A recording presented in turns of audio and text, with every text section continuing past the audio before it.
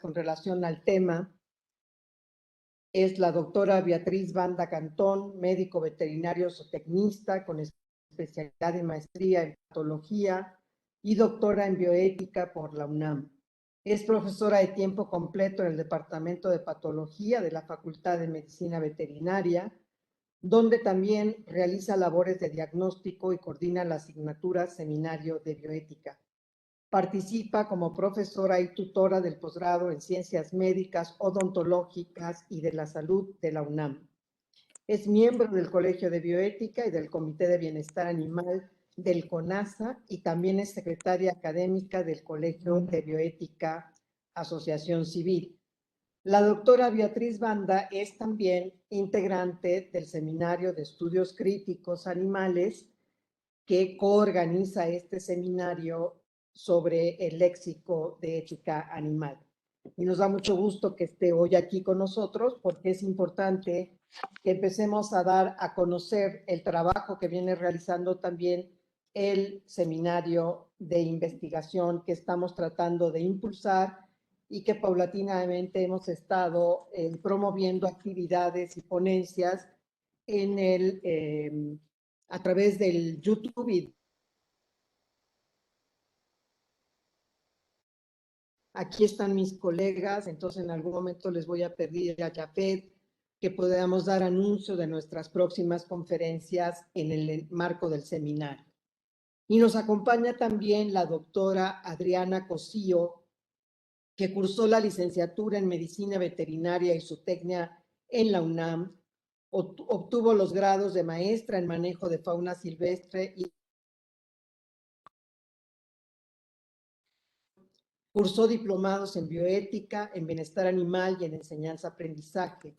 Trabajó como docente durante 15 años en la Facultad de Medicina Veterinaria y Zootecnia de la UNAM, impartiendo materias teórico-prácticas sobre temas de etología, bienestar animal, conservación, fauna silvestre y bioética.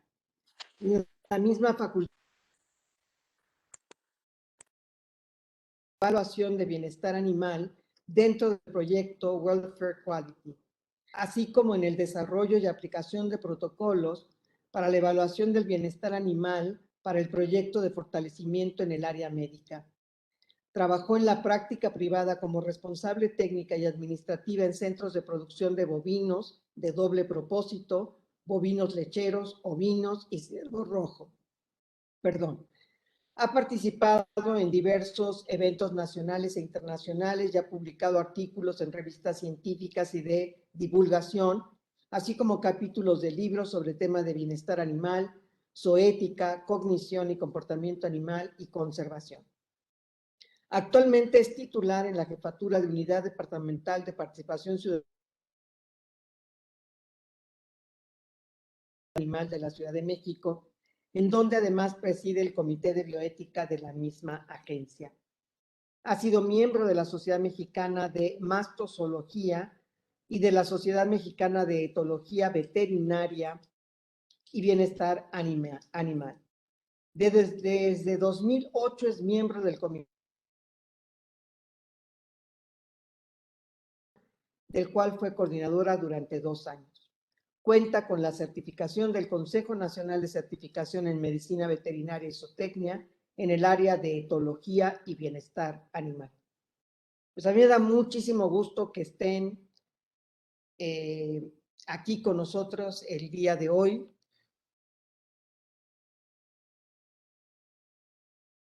Animales, conjunta distintas vocaciones académicas y hace un intercambio, yo creo, importante y un enlace importante entre distintas disciplinas. Agradezco mucho entonces que estén aquí Adriana y Betty y no me queda más que darles la palabra. Muchas gracias. Voy a compartir ahorita una presentación. Entonces,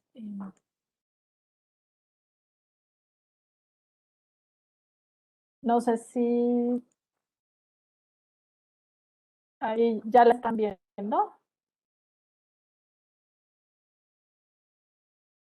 Estamos viendo ya. Ok, muchas gracias.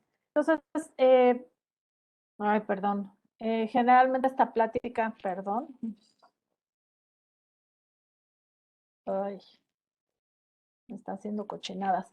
Ya, la plática en realidad se divide como en dos partes y justamente Betty y yo trabajamos mucho juntas. Entonces, voy a hablar yo como de esta primera parte de la sintiencia y luego Betty va a platicar sobre consideración moral hacia los animales, ¿no? Eh, Básicamente consiste en un poco de antecedentes, en hablar sobre este término, como bien lo decías, Leti, de sintiencia, que se ha vuelto como muy relevante en todo el tema de zoética, y luego qué implicaciones tiene esto para considerarlos moralmente, ¿no?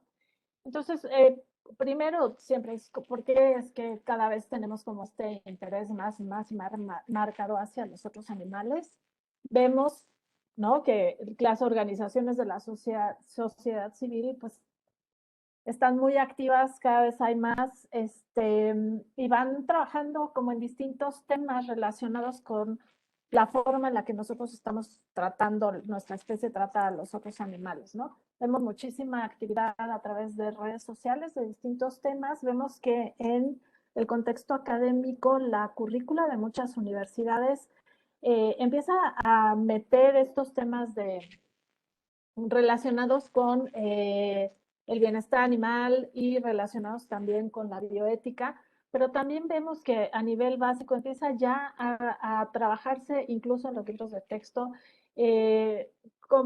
a tratar de fomentarse una conciencia de cuidado hacia los animales, que va pues empezando apenas, ¿no? La legislación vemos que está cambiando todo el tiempo, ahora tenemos justamente varias legislaciones, un par de iniciativas que están tratando de incorporarse como leyes generales de bienestar animal, pero prácticamente todos los estados tienen leyes de protección hacia los animales, hay uno o dos que son la excepción.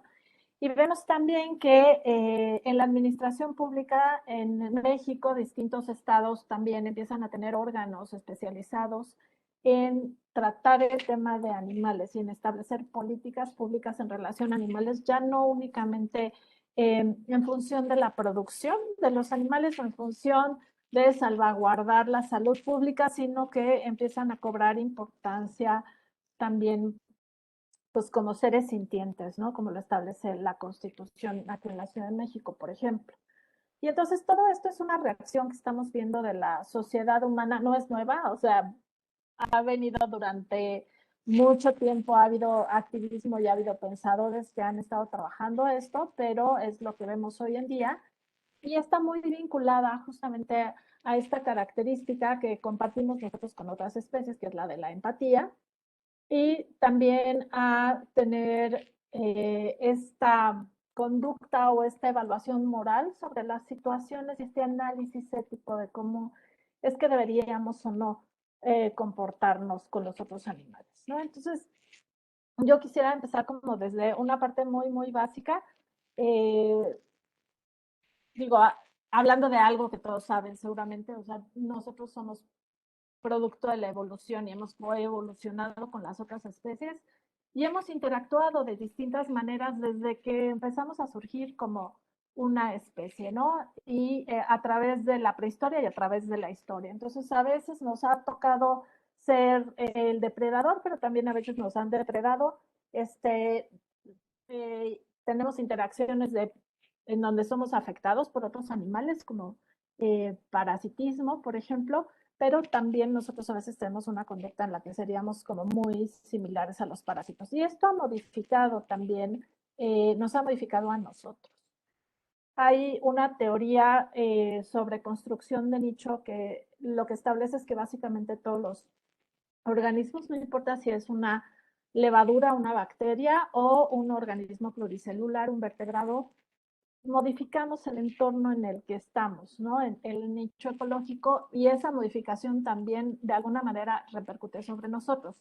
Y justamente nuestra especie es la que más impacto ha tenido en el planeta en cuanto a esta construcción de nicho, a tal grado que ya podríamos llamarla prácticamente destrucción de nicho, ¿no? O sea, hemos modificado el entorno de una manera en la que pues estamos viendo efectos negativos para todas las especies, incluida la nuestra, por supuesto, y hemos pasado de tener formas de uso de los animales en donde digamos que más o menos compartíamos como el mismo destino y las mismas situaciones con ellos, hasta formas en las que nos hemos apropiado de ellos por completo y los hemos sometido a sistemas que no tienen nada que ver con considerarlos seres vivos en sistemas donde se les considera prácticamente materia prima, ¿no?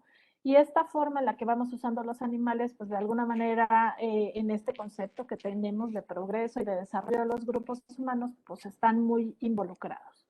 Y hemos pasado de lo que es, digamos que un uso, e incluso hay quien lo propone como una especie de simbiosis en algún momento, a un abuso de ellos, ¿no? Los animales son vulnerables, los otros animales son vulnerables frente a nosotros y se postula que esto es una especie de traición de nuestra especie hacia las otras especies con las que convivimos.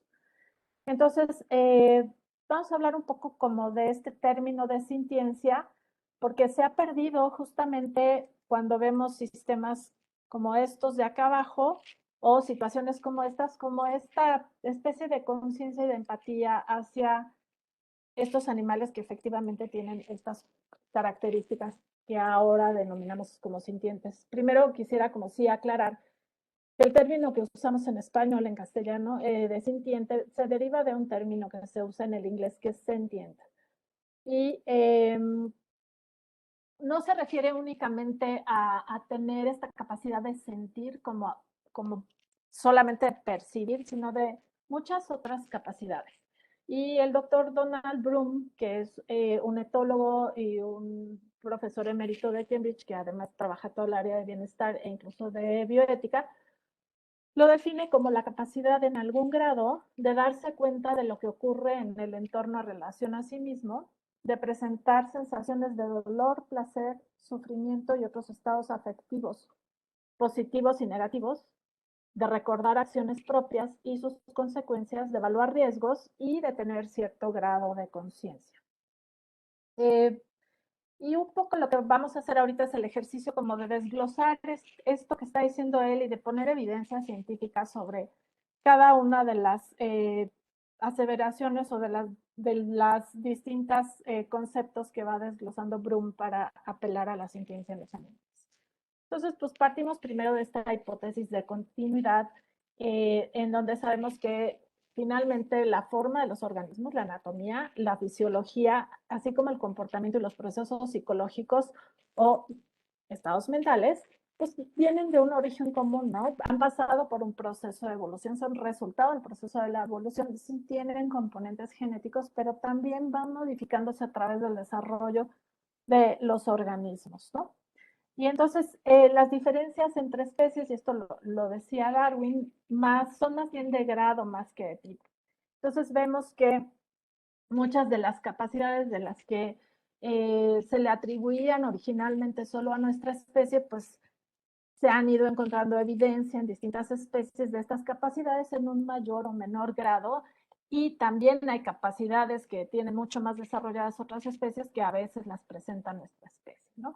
Este es nada más como un ejemplo visual de esto que se dice de que la ontogenia es la recapitulación de la filogenia, ¿no? Donde se ven las similitudes de los embriones de distintas especies, sobre todo en sus fases tempranas de desarrollo, y luego se van presentando estas diferenciaciones que los van haciendo especie específicos.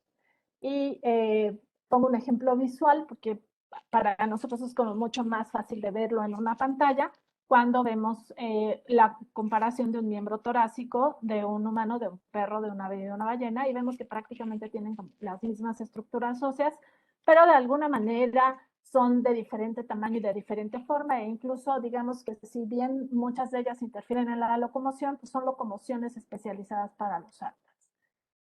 Entonces, vemos que además de esta diferencia de grados, pues tienen distintas capacidades para darse cuenta de lo que está sucediendo con el entorno. Entonces, podríamos ver que para darse cuenta de su entorno tienen una serie de procesos que son procesos cognitivos y puede ser a través de la sensación, de la percepción, que es como integrar esta información que llega a través de los órganos de los sentidos ya dentro de un proceso mental, procesos de memoria y de aprendizaje, de expectativas, de habilidades sociales. Vamos a ir viendo como un poco más a detalle estos, y también dentro de las habilidades sociales, pues vemos que hay lenguaje tanto interno o con miembros de la propia especie, pero también puede haber lenguaje que sea reconocido por individuos de otras especies, la cooperación y la moralidad y justicia, ¿no? Y estos procesos han evolucionado para ayudar a los organismos, no importa la especie, a interactuar con el mundo externo de manera flexible.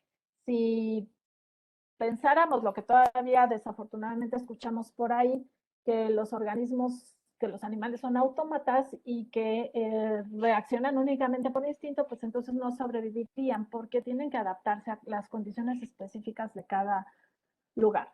Y entonces vemos cómo hay revistas especializadas que estudian esto, además de la percepción, también cómo es que los organismos detectan la causalidad y el efecto de las acciones que ellos tienen, o pueden ver una acción externa y asociarla como causa de un resultado. También vemos, se estudian estos patrones innatos de reacción, que si bien sí hay es lo que antes se denominaba como instinto, si hay una codificación genética para ciertos comportamientos, la parte ambiental, la parte del desarrollo y la parte epigenética tienen mucha influencia en cómo se van a presentar ya en el organismo. Y vamos viendo otras características como capacidades de competencia numérica, de tener conceptos como color, tamaño y forma, de usar símbolos, de comunicarse, solucionar problemas, tener ciertos como pensamiento y creencias, usar herramientas y cómo es que la mente se usa de manera modular, ¿no? Entonces, ¿por qué es que nos interesa conocer esto? En primer lugar, nos dan información sobre las emociones y de esto vamos a hablar un poco más adelante, por qué es que nos importan las emociones. Nos permiten también conocer la perspectiva del sujeto en relación a una situación particular. Y también permiten mejorar la relación entre el animal humano y el no humano y permiten mejorar la calidad de vida y el bienestar de los individuos, ¿no? Entendemos cuando se habla de presentar estas sensaciones, emociones y estados mentales positivos y negativos, pues que las emociones y los procesos cognitivos se relacionan muy estrechamente en forma direccional. Tanto un proceso cognitivo puede influir en una emoción como la emoción muchas veces determina qué proceso cognitivo se va a dar o cómo es que se fija, por ejemplo, la memoria o el aprendizaje, ¿no? Y lo que sucede con las emociones es que finalmente las emociones son subjetivas, ¿no? Solamente el sujeto que está frente a una situación pues sabe qué emoción está pasando o qué emoción está presentando. Sin embargo, podemos reconocerlas a través de respuestas fisiológicas, de respuestas cerebrales, pero también de respuestas conductuales. Entonces son muy cortas las emociones, las 6 emociones básicas que se reconocen, por lo menos, y ayudan a manejar y controlar el comportamiento. Y cuando se acumulan, cuando se presenta recurrentemente una emoción, ya sea negativa o positiva, entonces se consideran como estados afectivos que pueden llegar a afectar el bienestar de los organismos. Entonces pongo estas imágenes porque es un ejemplo de una potranca que nunca se había manejado y es la primera vez que se sujeta. Y este es el manejador. Entonces, si viéramos la reacción de la potranca, pues básicamente es una reacción de miedo, ¿no? Está tratando como de escapar del manejador y la siguiente foto es 5 minutos después. Entonces, ese miedo de alguna manera dejó de estar presente y tiene que ver mucho en cómo el individuo, la potranga, está evaluando qué es lo que está sucediendo. El manejador no está siendo agresivo ni está representando ya una amenaza para él a tal grado que ella empieza a cambiar totalmente su expresión conductual y empieza a explorarlo y ya no tiene esta manifestación de huida. Y justamente el poder ir modificando estas emociones este comportamiento es lo que le va dando la flexibilidad para irse adaptando al entorno. Entonces Darwin reconocía 6 emociones básicas que actualmente pues, siguen vigentes, que básicamente son la tristeza, la sorpresa, la alegría, el asco, el miedo y el enojo o ira, ¿no? Y sabemos que son resultado también de un proceso evolutivo y que en distintos grupos taxonómicos se manifiestan en estructuras homólogas y que están presentes precisamente en estos distintos grupos. Tienen una función de adaptación y de supervivencia, y como les decía, para regular encuentros sociales, y están causadas básicamente por estímulos que desencadenan comportamientos. Y van modificándose conforme el organismo va aprendiendo qué respuestas pueden ser adecuadas en función de ciertos estímulos, y si un estímulo que inicialmente consideraba o generaba una emoción, la sigue generando o ya no. Por ejemplo, en el ejemplo anterior de la potranca, pues el manejador ya no va a representar o a generar esa emoción, porque se modifica a través del aprendizaje. Entonces, vemos, este es pues, ni modo una viñeta de un ser humano, pero básicamente en los vertebrados es a través del sistema límbico o es en el sistema límbico en donde se presentan muchas de estas sensaciones y emociones, además de que tiene otras funciones, ¿no? El sistema límbico. Entonces, vemos aquí distintas estructuras del sistema límbico, como el septo pelúcido, la corteza del cíngulo, de los cíngulos derecho e izquierdo, una cisura longitudinal, y la parte de la amígdala y el hipocampo y el hipotálamo, que todas tienen funciones específicas para, en cuanto a emociones y otras funciones vegetativas. Entonces, nada más como ejemplo, y esto está como presente en distintos grupos de vertebrados, lo que se ve es que las amígdalas generalmente están relacionadas a emociones como de miedo o ira y reacciones cuando hay identificación de peligro, ¿no? Pero también influyen sobre la memoria emocional. En el hipocampo se incluye la memoria a largo plazo y hay también una representación espacial que hacen los organismos. En el cíngulo también hay emociones como los estados de ánimo y lleva la información asociativa entre todos los lóbulos del hipocampo, porque además sabemos que el cerebro no funciona como cada parte del cerebro de manera independiente, sino siempre está conectado entre distintas áreas y es como se va generando los procesos psicológicos, ¿no? En la circunvalación del cíngulo, lo que vemos son reacciones emocionales específicamente ante el dolor y ante otros estímulos sensoriales que pueden tener recuerdos agradables.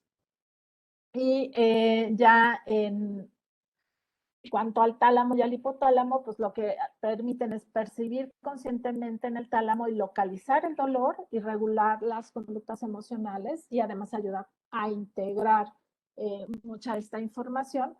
Y en el hipotálamo pues vemos regulaciones hormonales que también tienen que ver con estados vegetativos y con el hambre y la sed. Entonces, sabemos que hay homología en distintas estructuras y así es como los organismos van como respondiendo. Estas estructuras se cree que evolucionaron antes que otras estructuras como más externas del cerebro.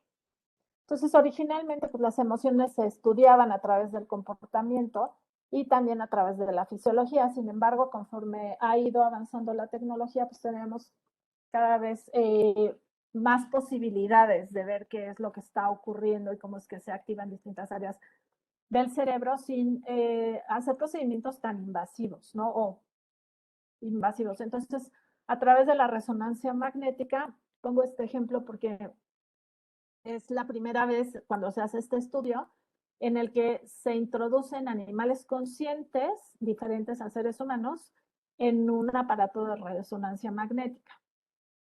Y hasta ese entonces todos los otros organismos que no eran humanos estaban anestesiados, es decir, estaban inconscientes, entonces no se podían medir, digamos que estímulos conscientes. Y este estudio lo que hace es comparar entre humanos y perros domésticos la respuesta cerebral a estímulos auditivos, algunos neutros y algunos que tuvieran algún valor emocional, como vocalizaciones, por ejemplo, de dolor o de enojo, o vocalizaciones que fueran como más afectivas.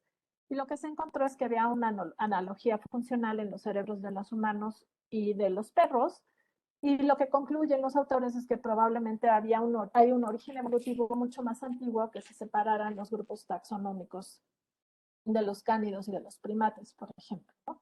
Entonces, aquí lo que se ve son como las regiones auditivas de los perros, y aquí es la respuesta de las regiones auditivas de los seres humanos, ¿no? Y básicamente pues son como las mismas áreas. Entonces, pues ahí está una evidencia visual a través de una herramienta tecnológica de cómo es que hay una analogía en el funcionamiento del cerebro. Después de esta investigación se le está haciendo muchísimos más trabajos, sobre todo con perros en este sentido. Vemos también, pues, que presentan estados afectivos negativos. Esto ha sido como una de las preocupaciones mayores, el evitar la presentación de estados negativos en los organismos y el estudiarlos, pero también vemos que se estudian actualmente, que se promueve la presentación de estados afectivos positivos, ¿no? Entonces, lo que vemos aquí pues es una trucha, que los puntitos amarillos que vemos son como las zonas, los nocioceptores, donde tiene mucho mayor percepción de dolor o de daño visual esta trucha, y tiene lógica que estén cerca de los órganos de los sentidos, pero también sabemos que si en el caso de la pesca, por ejemplo, con anzuelos, pues es en estas regiones donde entran los anzuelos, o sea, las regiones con más sensibilidad hacia el dolor. Vemos aquí una vaca que tiene toda una postura corporal de dolor, pero también sabemos que en invertebrados, aun cuando no tienen un sistema nervioso central, tienen ganglios neurales, y estos ganglios neurales de alguna manera transmiten la información sobre dolor, pero también se ha visto que hay neurotransmisores asociados al dolor en invertebrados, y hay respuestas conductuales para evasión de dolor, y además hay respuestas analgésicos. Por otro lado, pues estos estudios de estados afectivos positivos, este es nada más un ejemplo de una rata en un estado neutral y una rata a la que le están como acariciando, y pues la reacción de ella es básicamente quedarse quieta, pero echar las orejitas para atrás, hay mucho más irrigación y expresión facial. La idea de muchos de estos estudios, que los voy a presentar un poquito más adelante, es identificar en animales que están en contacto muy cercano con el humano estos estados afectivos, precisamente para mejorar su calidad de vida o para prevenir situaciones negativas. Entonces sabemos que el dolor es una experiencia sensitiva y o emocional desagradable, y está asociada al daño en el organismo, que generalmente pues provoca estas respuestas aversivas, tanto vegetativas como a nivel consciente, ¿no? Y este es un oso, por ejemplo, que está justamente manifestando que algo tiene en esa región de la cara, y lo que tenía era un absceso, ¿no? Entonces, los animales expresan el dolor, y como se ha ido tratando de hacer todos estos estudios de identificación de dolor. Este es un estudio en ratones de laboratorio, donde se ven las expresiones faciales en distintos partes de la cara, del organismo, en la región orbital, en la región de la nariz, las mejillas, las orejas y los bigotes, y cómo van cambiando cuando el dolor es moderado o cuando es severo, en comparación a cuando no está presente. También hay estos estudios en hurones, por ejemplo, y son básicamente las mismas regiones faciales. Hay estos estudios también en vacas, y lo único es como irles mostrando que se va trabajando, hay para caballos, hay en perros, hay en distintas especies, porque lo que queremos evitar son justamente estados de dolor prolongados, y queremos identificarlo antes de que se vuelvan situaciones más estables o más negativas o que el daño sea mucho mayor en el organismo. Entonces, ¿de qué evidencias tenemos de que los vertebrados no humanos sienten dolor? Una es que sí tenemos estas semejanzas morfofuncionales. Por otro lado, tenemos los mismos mediadores químicos del dolor que tienen, que tenemos, o sea, los tienen ellos, los que tenemos nosotros, perdón. Y también vemos que hay cambios bioquímicos y fisiológicos similares en humanos y no humanos y entre especies, que hay unas respuestas favorables a los analgésicos donde ya no hay manifestación de comportamiento asociado al dolor y que vemos cambios posturales y comportamiento y de actitudes asociados al dolor. Y esto es básicamente en vertebrados y animales que tienen el sistema nervioso central, pero por ejemplo en no organismos que ahora se estudian muchísimo como los cefalópodos, se ha reconocido que tienen justamente que son sintientes y que tienen una mente, ¿no? A pesar de que tienen esta estructura, estas estructuras que tenemos los vertebrados con un sistema nervioso central y un cerebro como tal, sí tienen muchísimas respuestas que están asociadas a la sintiencia e incluso a la conciencia. Entonces, a pesar de que justamente tienen todas estas diferencias, se sabe que ellos pueden sentir placer y dolor, y en algunos países europeos como Suiza, pues se ha prohibido que se les eche directamente al agua hirviendo, ¿no? Que es una manera en la que se cocinan aquí. Entonces, esta capacidad también de reconocer los estados afectivos la tenemos los humanos, a tal grado que se ha incluido esta capacidad para hacer evaluaciones de bienestar en distintos protocolos, y una de las autoras que más ha trabajado el tema es Ben Spender, y generalmente se reconocen, ¿no? Estados como miedo, temor, ansiedad, tristeza, frustración, depresión o desesperanza. Pongo aquí algunos ejemplos como de los sistemas más restrictivos en animales de producción. Y también se reconocen estados afectivos positivos como el de seguridad, tranquilidad, comodidad, alegría, curiosidad o interés. Y lo que se ha visto es que los seres humanos somos como capaces de, a través del comportamiento de los animales, sí definir que hay cierta tendencia a este tipo de estados. Muchas veces se clasifica como de que estamos antropomorfizando al tratar de interpretar estas emociones y estados afectivos en los organismos. Sin embargo, no es como un sistema de unidireccional.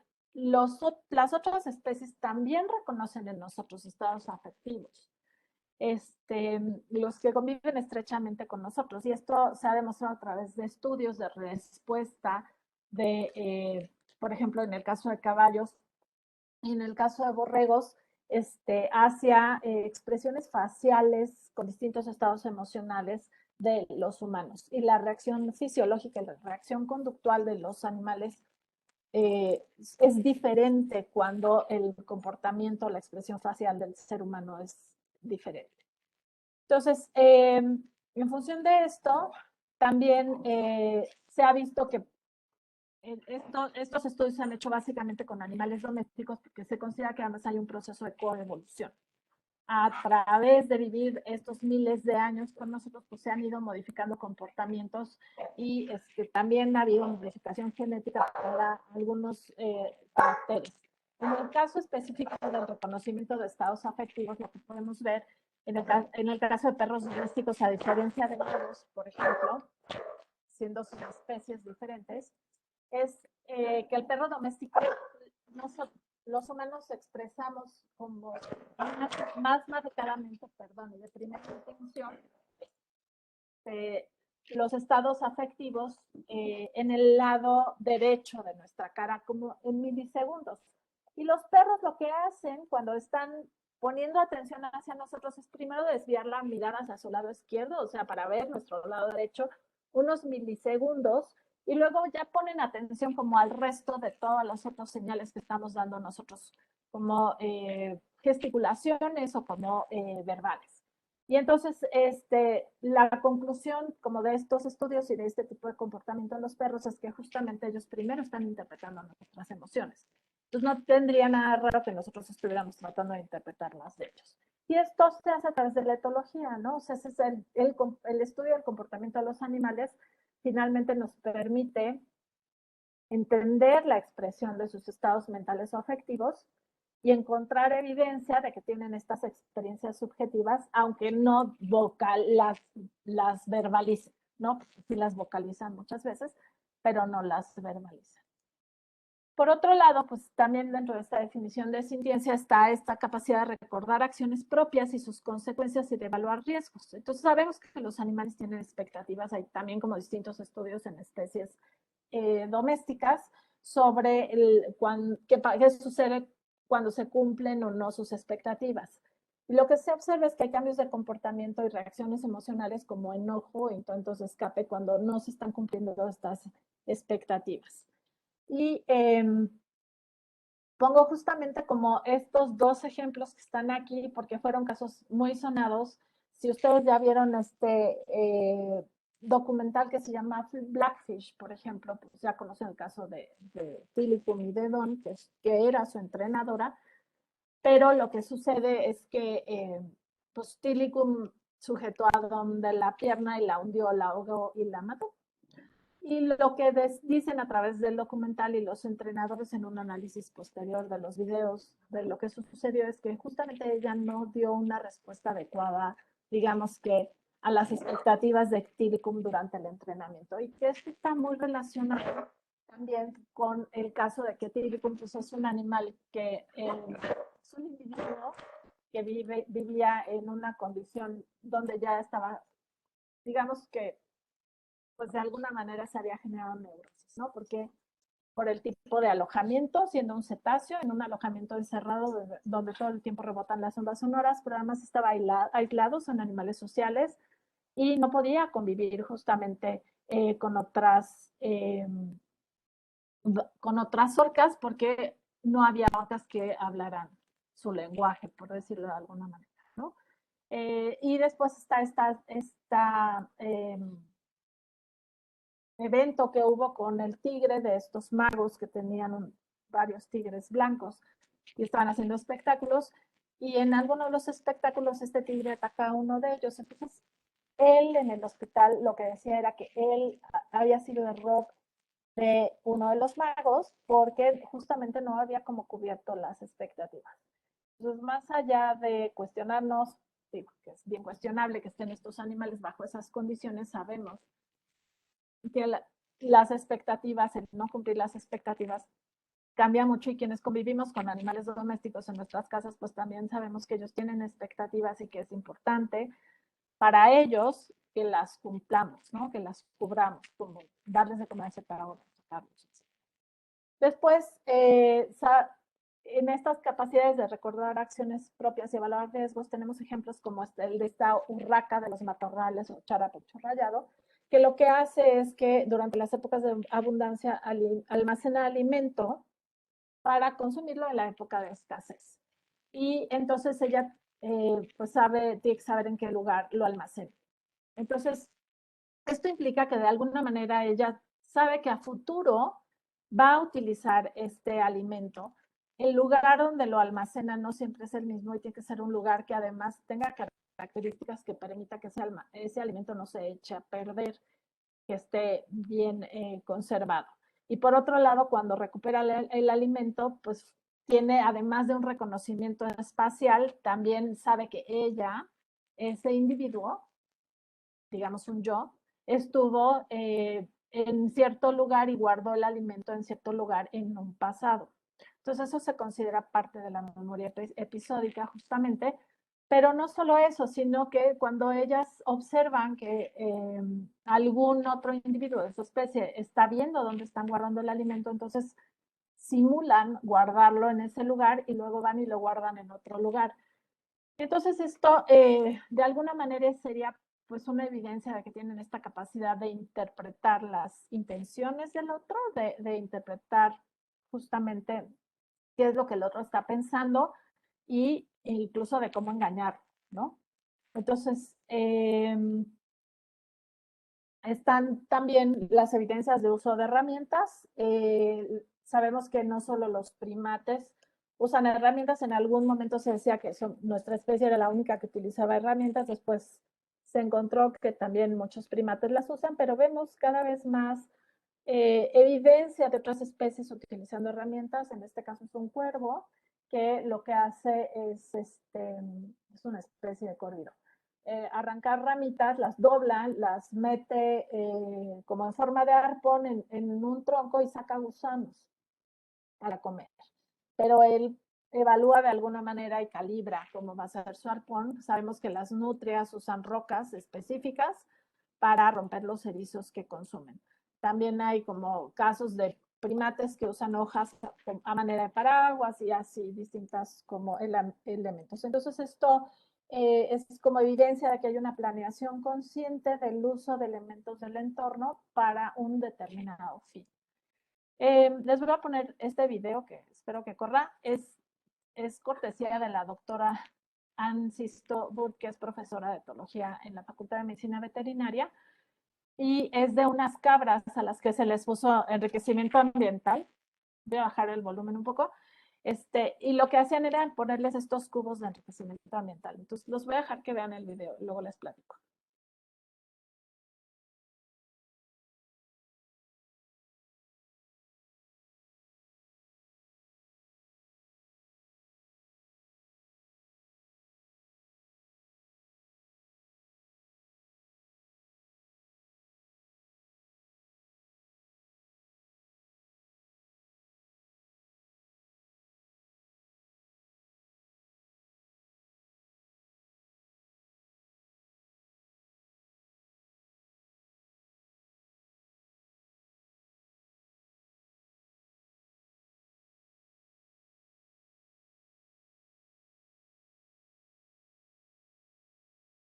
Ok. Entonces, lo que les empezó a suceder es que inicialmente dejaron los cubos cerca de la salida y veían que las cabras se escapaban, que aparecían afuera. Entonces, pues decidieron dejarlos en medio justo para evitar esto, pero seguían encontrando a las cabras afuera y peleaban, ¿no? Y los chicos que estaban trabajando con ellas, pues diciendo, oye, pero pues, te descuidas y no sé qué, hasta que alguien tuvo como la curiosidad de sentarse a ver qué era lo que estaban haciendo y ellas mismas pues las usaban como herramienta para salirse del lugar.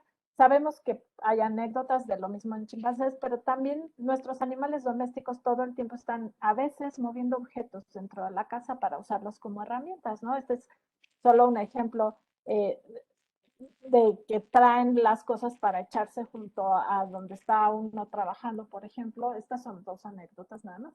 Y pues esta finalmente es una mula con la que yo vivía y que lo que hizo ella fue quitarme el sombrero de la cabeza y casi, lo voy a decir antropomórficamente, pedirme que se lo pusiera. Entonces se lo puse y se quedó quieta y era como interés, ¿no? Pero entonces vemos todo el tiempo como estos comportamientos que pues los hacen como seres con los que nos podemos comunicar y convivir de una manera mucho más pareja, ¿no? Sin considerarlos inferiores como mucha gente los está considerando.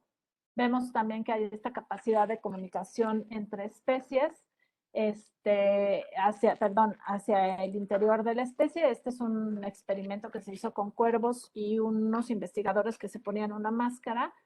El investigador que se puso la máscara capturó a alguno de los cuervos, lo sujetó y luego le liberó. Pero cada vez que pasaba el investigador con la máscara, el cuervo le avisaba a los demás, incluso trataba como de atacarlo y había un reconocimiento como, digamos, facial o por lo menos de la máscara, y si pasaba sin la máscara no avisaba nada.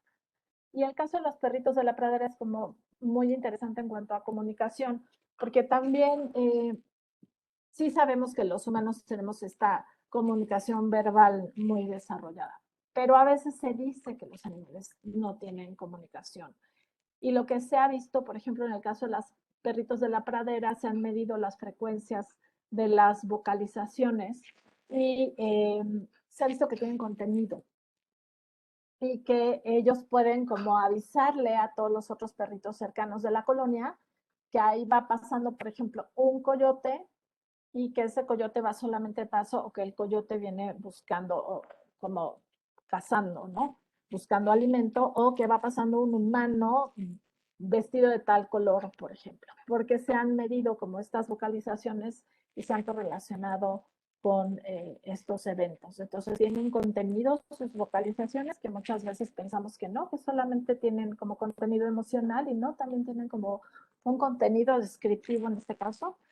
Y por otro lado, pues tenemos los ejemplos de estos perros, ¿no? Que tienen estas capacidades de aprender muchísimas palabras y que lo hacen por un mecanismo que es similar al que se usa, al que usan los niños pequeños, que es el mapeo rápido. Y lo que hacen es, por ejemplo, el perro conoce el nombre de uno de los juguetes o de dos, y entonces ponen un juguete nuevo y lo denominan, en lugar de decirle tráeme tu bola o tráeme, no sé, la dona, me piden tráeme el peluche. El perro nunca ha conocido el peluche, pero infiere que ese objeto diferente es el peluche. Entonces, hay perros como este perro rico que alcanzó a reconocer o a identificar hasta 200 objetos y Chaser pudo identificar más de 1000 palabras, ¿no? Entonces son trabajos de investigación de cómo es que va funcionando el cerebro de los perros para ir discriminando y que funciona, es un proceso similar al de nuestra especie. También sabemos que hay organismos que son capaces de estimar cantidades eh, o números y hacen esta inferencia que hacen los perros, está asociado también como a procesos de discriminación como a través de la estadística. La sofarmacognosia es como una forma de uso de herramientas específica. Sabemos que muchos organismos a través del consumo de plantas pues controlan parásitos, por ejemplo. Pero en el caso de algunas poblaciones de elefantas, lo que se ha visto es que cuando están cercanas al parto consumen un tipo específico de planta que tiene altos contenidos de un compuesto que funciona similar a la oxitocina y que induce el parto, les ayuda a inducir el parto. Y esto es algo que se transmite culturalmente en esa población de elefantas. Y además casualmente es una planta que también usan las mujeres africanas en ese lugar. Por otro lado, pues también hay como reportes de la aplicación tópica de distintas sustancias con fines medicinales en animales, ¿no? Los osos Kodiak usan emplastes de plantas para curarse heridas y algunas especies de aves utilizan hormigas que digamos que las exprimen en la región de la cola para que liberen el ácido fórmico y esto les ayuda a liberar, a deshacerse de ciertos parásitos. También hay evidencia que muchas especies comprenden el reflejo. Y ya por último, pues el comportamiento moral, que existe mucha esta discusión, ¿no? De que solamente nuestra especie tiene esta capacidad de entender la diferencia entre lo que está bien y lo que está mal. Hay autores que a través de la observación y del estudio de distintas especies, pues han encontrado que hay comportamientos vinculados a beneficiar y dañar y que hay normas dentro del grupo social sobre lo que está bien y lo que está mal y que hay castigos en consecuencia de violar estas normas. Y uno de los ejemplos como más sencillos es ver el juego, ¿no? En los perros, por ejemplo, o en distintos cánidos, donde a pesar de que usan las armas que también usarían en caso de defensa o en caso de depredación, no llegan a dañarse y en el momento de que uno inflige daño, el juego se para. Entonces esto se considera como una base ya de comportamiento moral. Y después está esta discusión sobre si los animales tienen conciencia, ¿no? Si son conscientes de sí mismos. Entonces, pues sabemos que la conciencia implica otra vez como esta subjetividad, pero esta subjetividad a un nivel en donde el organismo tiene información de lo que sucede consigo mismo, ¿no? Sobre su estado interno, sobre lo que está pasando también en su mente. Entonces, los médicos que atienden humanos que tienen algún tipo de padecimiento que afecta precisamente capacidades cognitivas, dividen a la conciencia como en distintos niveles. Entonces, el primer nivel sería el de sensibilidad o habilidad de experimentar sensaciones o percepciones, y sabemos que los animales tienen precisamente esta habilidad, ¿no? Entonces, el grado mínimo de conciencia pues lo tendrían, Está la memoria de referencia, que es cuando necesitan acceder a una información para poder justamente ejecutar tareas aprendidas. Sabemos que los animales la presentan. Y por otro lado, pues hablábamos de la memoria episódica, que habla de vivencias pasadas a nivel individual, que el ejemplo sería esta chara, ¿no? Y también se ha visto que algunos seres humanos que tienen daño cerebral pueden tener una conciencia del presente y aprenden, pero no tienen estas memorias sobre el pasado, ¿no? Entonces, y no conciben un futuro personal, a diferencia de lo que estamos viendo en estos organismos, ¿no? Y luego está esta pregunta si hay conciencia de sí mismo, ¿no? Si los animales son conscientes de sí mismos y de que son individuos independientes. Entonces, la prueba, como una de las que más se hace, es esta prueba del espejo, en la que se considera que el ser humano, a partir de alrededor de los 2 o 3 años, ya no ve al del espejo como otro, sino se ve como a sí mismo. Pero se ha hecho esta prueba poniendo marcas, por ejemplo, en la cara de los animales o en alguna parte del cuerpo de los individuos, y estos animales se ven frente al espejo, y en lugar de tocar la marca del espejo, pues se tocan a sí mismos en la parte del cuerpo donde tendrían la marca, y entonces se considera que es como, de alguna manera, una forma en la que el animal, además de reconocer el reflejo, se reconoce a sí mismo frente al espejo, ¿no? Entonces esta prueba pues ha sido pasada por primates, delfines y elefantes, y que son conscientes de su individualidad. Hay como discusión en cuanto a esta interpretación, pero hay algunas otras evidencias, como el caso de los delfines, donde de estos delfines nariz de botella, donde lo que se ha identificado es que tienen estas vocalizaciones firma, donde es una vocalización con la que ellos se presentan frente al grupo y que permite que el grupo los reconozca a ellos como individuos. Es como si de alguna manera siguieran su nombre. Y entonces esto permite mantener cohesión en el grupo y encontrarse a distancia. Y un poco sin ser como un estudio experimental, pero nosotros les ponemos nombre a nuestros animales de compañía y también a veces a los animales de producción, y a veces los llamamos por el nombre, y aunque haya varios, cada uno se identifica como un individuo con ese nombre, ¿no? Entonces, en 2012 se hace esta declaración de conciencia en Cambridge, donde un grupo de neurofisiólogos y de gente que estudia como las capacidades cognitivas establece que la ausencia de una corteza cerebral no parece excluir a un organismo de experimentar estados afectivos. Hay evidencia convergente que indica que los animales no humanos tienen los sustratos neuroanatómicos, neuroquímicos y neurofisiológicos de los estados de conciencia, junto con la capacidad de exhibir estos comportamientos intencionales. Por consiguiente, el peso de la evidencia indica que los seres humanos no son los únicos que poseen los sustratos neurológicos que generan conciencia. Animales no humanos, incluidos todos los mamíferos, las aves y muchas otras criaturas, incluyendo los pulpos, también poseen estos sustratos neurológicos.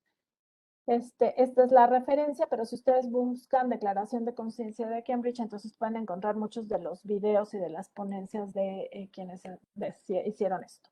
Ahora, esto que les presenté, digamos que sale de evidencia científica. Sin embargo, este primatólogo, Franz de Waal, publicó este libro que es muy divertido de leer, donde dice que si somos lo suficientemente listos para saber qué tan listos son los animales. Entonces él hace como muchas críticas a este intento de nosotros de estar todo el tiempo tratando de encontrar, ¿no? Qué es lo que pasa por la mente de los animales, porque dice que finalmente lo hacemos siempre desde nuestra perspectiva humana, no podemos salirnos de esta perspectiva porque somos humanos.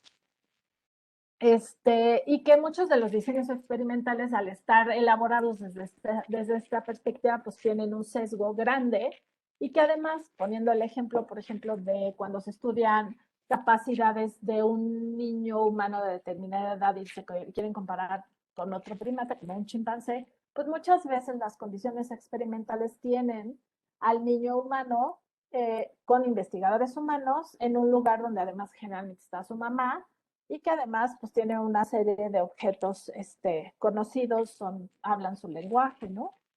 Y que los chimpancés están haciendo estas pruebas en un ambiente que no tiene nada que ver con su hábitat, y que además pues están con otra especie, no está con su mamá, no está con su familia, ¿no? No están con los individuos de su misma especie. Entonces, esto ya tiene un sesgo de antemano en cuanto a lo que se pueda o no se pueda como conjeturar acerca de estos experimentos. Y bueno, la otra cosa es que son muy pocas las especies estudiadas realmente, y entonces lo que,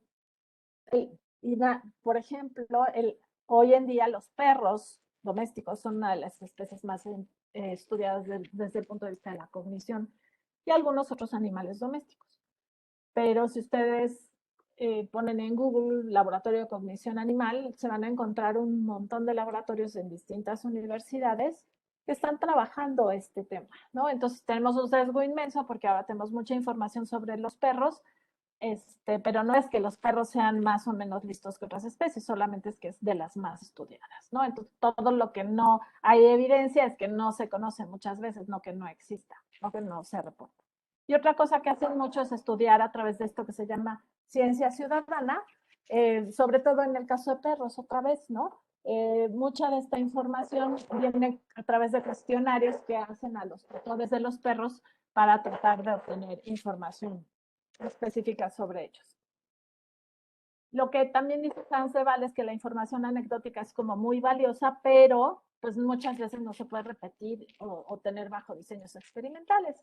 Y algunos ejemplos son como estos rituales ante la muerte. Por ejemplo, este es un caso, sabemos que los elefantes tienen rituales ante la muerte, sabemos que otras especies de homínidos también, pero se ha visto, ¿no?, que en algunos casos las aves presentan alguna especie de comportamiento alrededor del compañero que se murió y a veces dejan ramas y a veces se quedan ahí un rato y luego ya emigran, ¿no? Bueno, no emigran, perdón, se van del lugar y lo dejan. Vemos también comportamientos de altruismo que están de manera anecdótica. Esta es información igual de redes sociales y este mono que está aquí se electrocutó y lo que está haciendo es sacarlo, o sea, digo, como arriesgando su vida porque está atorado en un lugar que es difícil de que lo manipule, pero además está inconsciente y puede correr el mismo riesgo, ¿no? Vemos como este comportamiento de reciprocidad, hay mucha como reportes de córvidos, y sabemos que los córvidos pues coleccionan objetos, ¿no? Entonces esta foto es de una niña que les empezó a dejar comida a los cuervos y ellos empezaron a traerle distintos objetos y se los dejaban como intercambio. Quienes vivimos con gatos domésticos y alguna vez se han salido, sabemos que luego también nos dejan regalos, ¿no? Por ejemplo, entonces podría ser como reciprocidad. Vemos todo el tiempo que hay muchas situaciones en las que animales silvestres solicitan ayuda y se dejan ayudar aunque luego ya se vayan, y vemos constantemente que los animales generan implementos para jugar o encuentran maneras de jugar. Era un video de un cuervo que se deslizaba en la tapita y luego regresaba y así, ¿no? Entonces vemos, y esta era la idea, era dar un panorama como de todo lo que hay de evidencia científica, pero también anecdótica en cuanto a las capacidades de los animales. Entonces, seguiría Betty, no sé si quieres que tú presentar y yo dejo de compartir. Sí, gracias. Gracias, Adri. Muy amable. Si me pueden habilitar para compartir la pantalla, por favor. Le hice unos pequeños cambios, entonces sí, voy a compartir. Muchas gracias. Bueno, pues después de esta, me toca algo ya más breve, más sencillo, aunque más filosófico, y después de este estupendo recorrido y resumen que Adriana nos ha hecho acerca de la mente de los otros animales y de sus estados no solo de sensaciones, sino también de conciencia, pues vamos a ver también qué implicaciones tiene esto, tanto éticas como jurídicas, como en nuestras relaciones del día a día con los animales. Y bueno, esto ha hecho que se publiquen artículos en diferentes revistas, incluso estas revistas dedicadas a criar animales, como esta de organismos acuáticos, enfermedades de organismos acuáticos, que no solamente son revistas filosóficas, en donde ya se cuestionan si hay que extender nuestro círculo de consideración moral hacia los peces criados en granjas, ¿no?, en piscifactorías. Y también acerca del dolor en los peces y el sufrimiento, que el sufrimiento es el estado mental que acompaña al dolor o que se puede presentar sin el dolor. Y distinguen los investigadores entre sufrimiento dolor, miedo y estrés, ¿no? Entonces son diferentes formas en las que la sintiencia se expresa. Hago énfasis en los peces porque a la mayoría de nosotros no nos cabe como duda que tal vez los mamíferos tienen una mente y estados afectivos similares a los nuestros, pero tal vez nos cuesta trabajo pensar que también los animales vertebrados como peces o algunos invertebrados pueden experimentar estos estados mentales. Entonces, bueno, esto ha tenido repercusiones bioéticas. Una de ellas es la preocupación por el bienestar de los animales. Otra es repercusiones de índole jurídico, es decir, porque primero la etología y el bienestar nos han aportado toda esta información que Adriana, excelente, nos ha presentado, y entonces pues esto ha llevado a cambiar constituciones, códigos civiles, códigos penales, y hacer declaraciones mundiales y, bueno, considerarlos dentro de las legislaciones. Algunos países ya van muy adelantados en esto, sobre todo la Unión Europea, y otros pues vamos más lento, pero en todos ha habido estos cambios. También tenemos, pues hay que tomar en cuenta sus necesidades e intereses, que los tienen. Tenemos el deber de no dañar y respetar a todos aquellos que puedan sufrir o ser dañados, y la responsabilidad de procurar y promover su bienestar. O sea, no es suficiente decir, no lo hagas sufrir, no lo encierres, no lo aísles, no lo maltrates, sino además tendríamos ciertas obligaciones mínimas con ellos, ¿no? Que pues vamos a ir viendo algunas.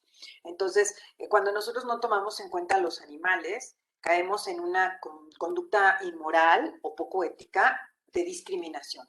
Pero Richard Ryder, un británico, denominó a esta exclusión de otro sujeto viviente por cuestiones de especie como especismo.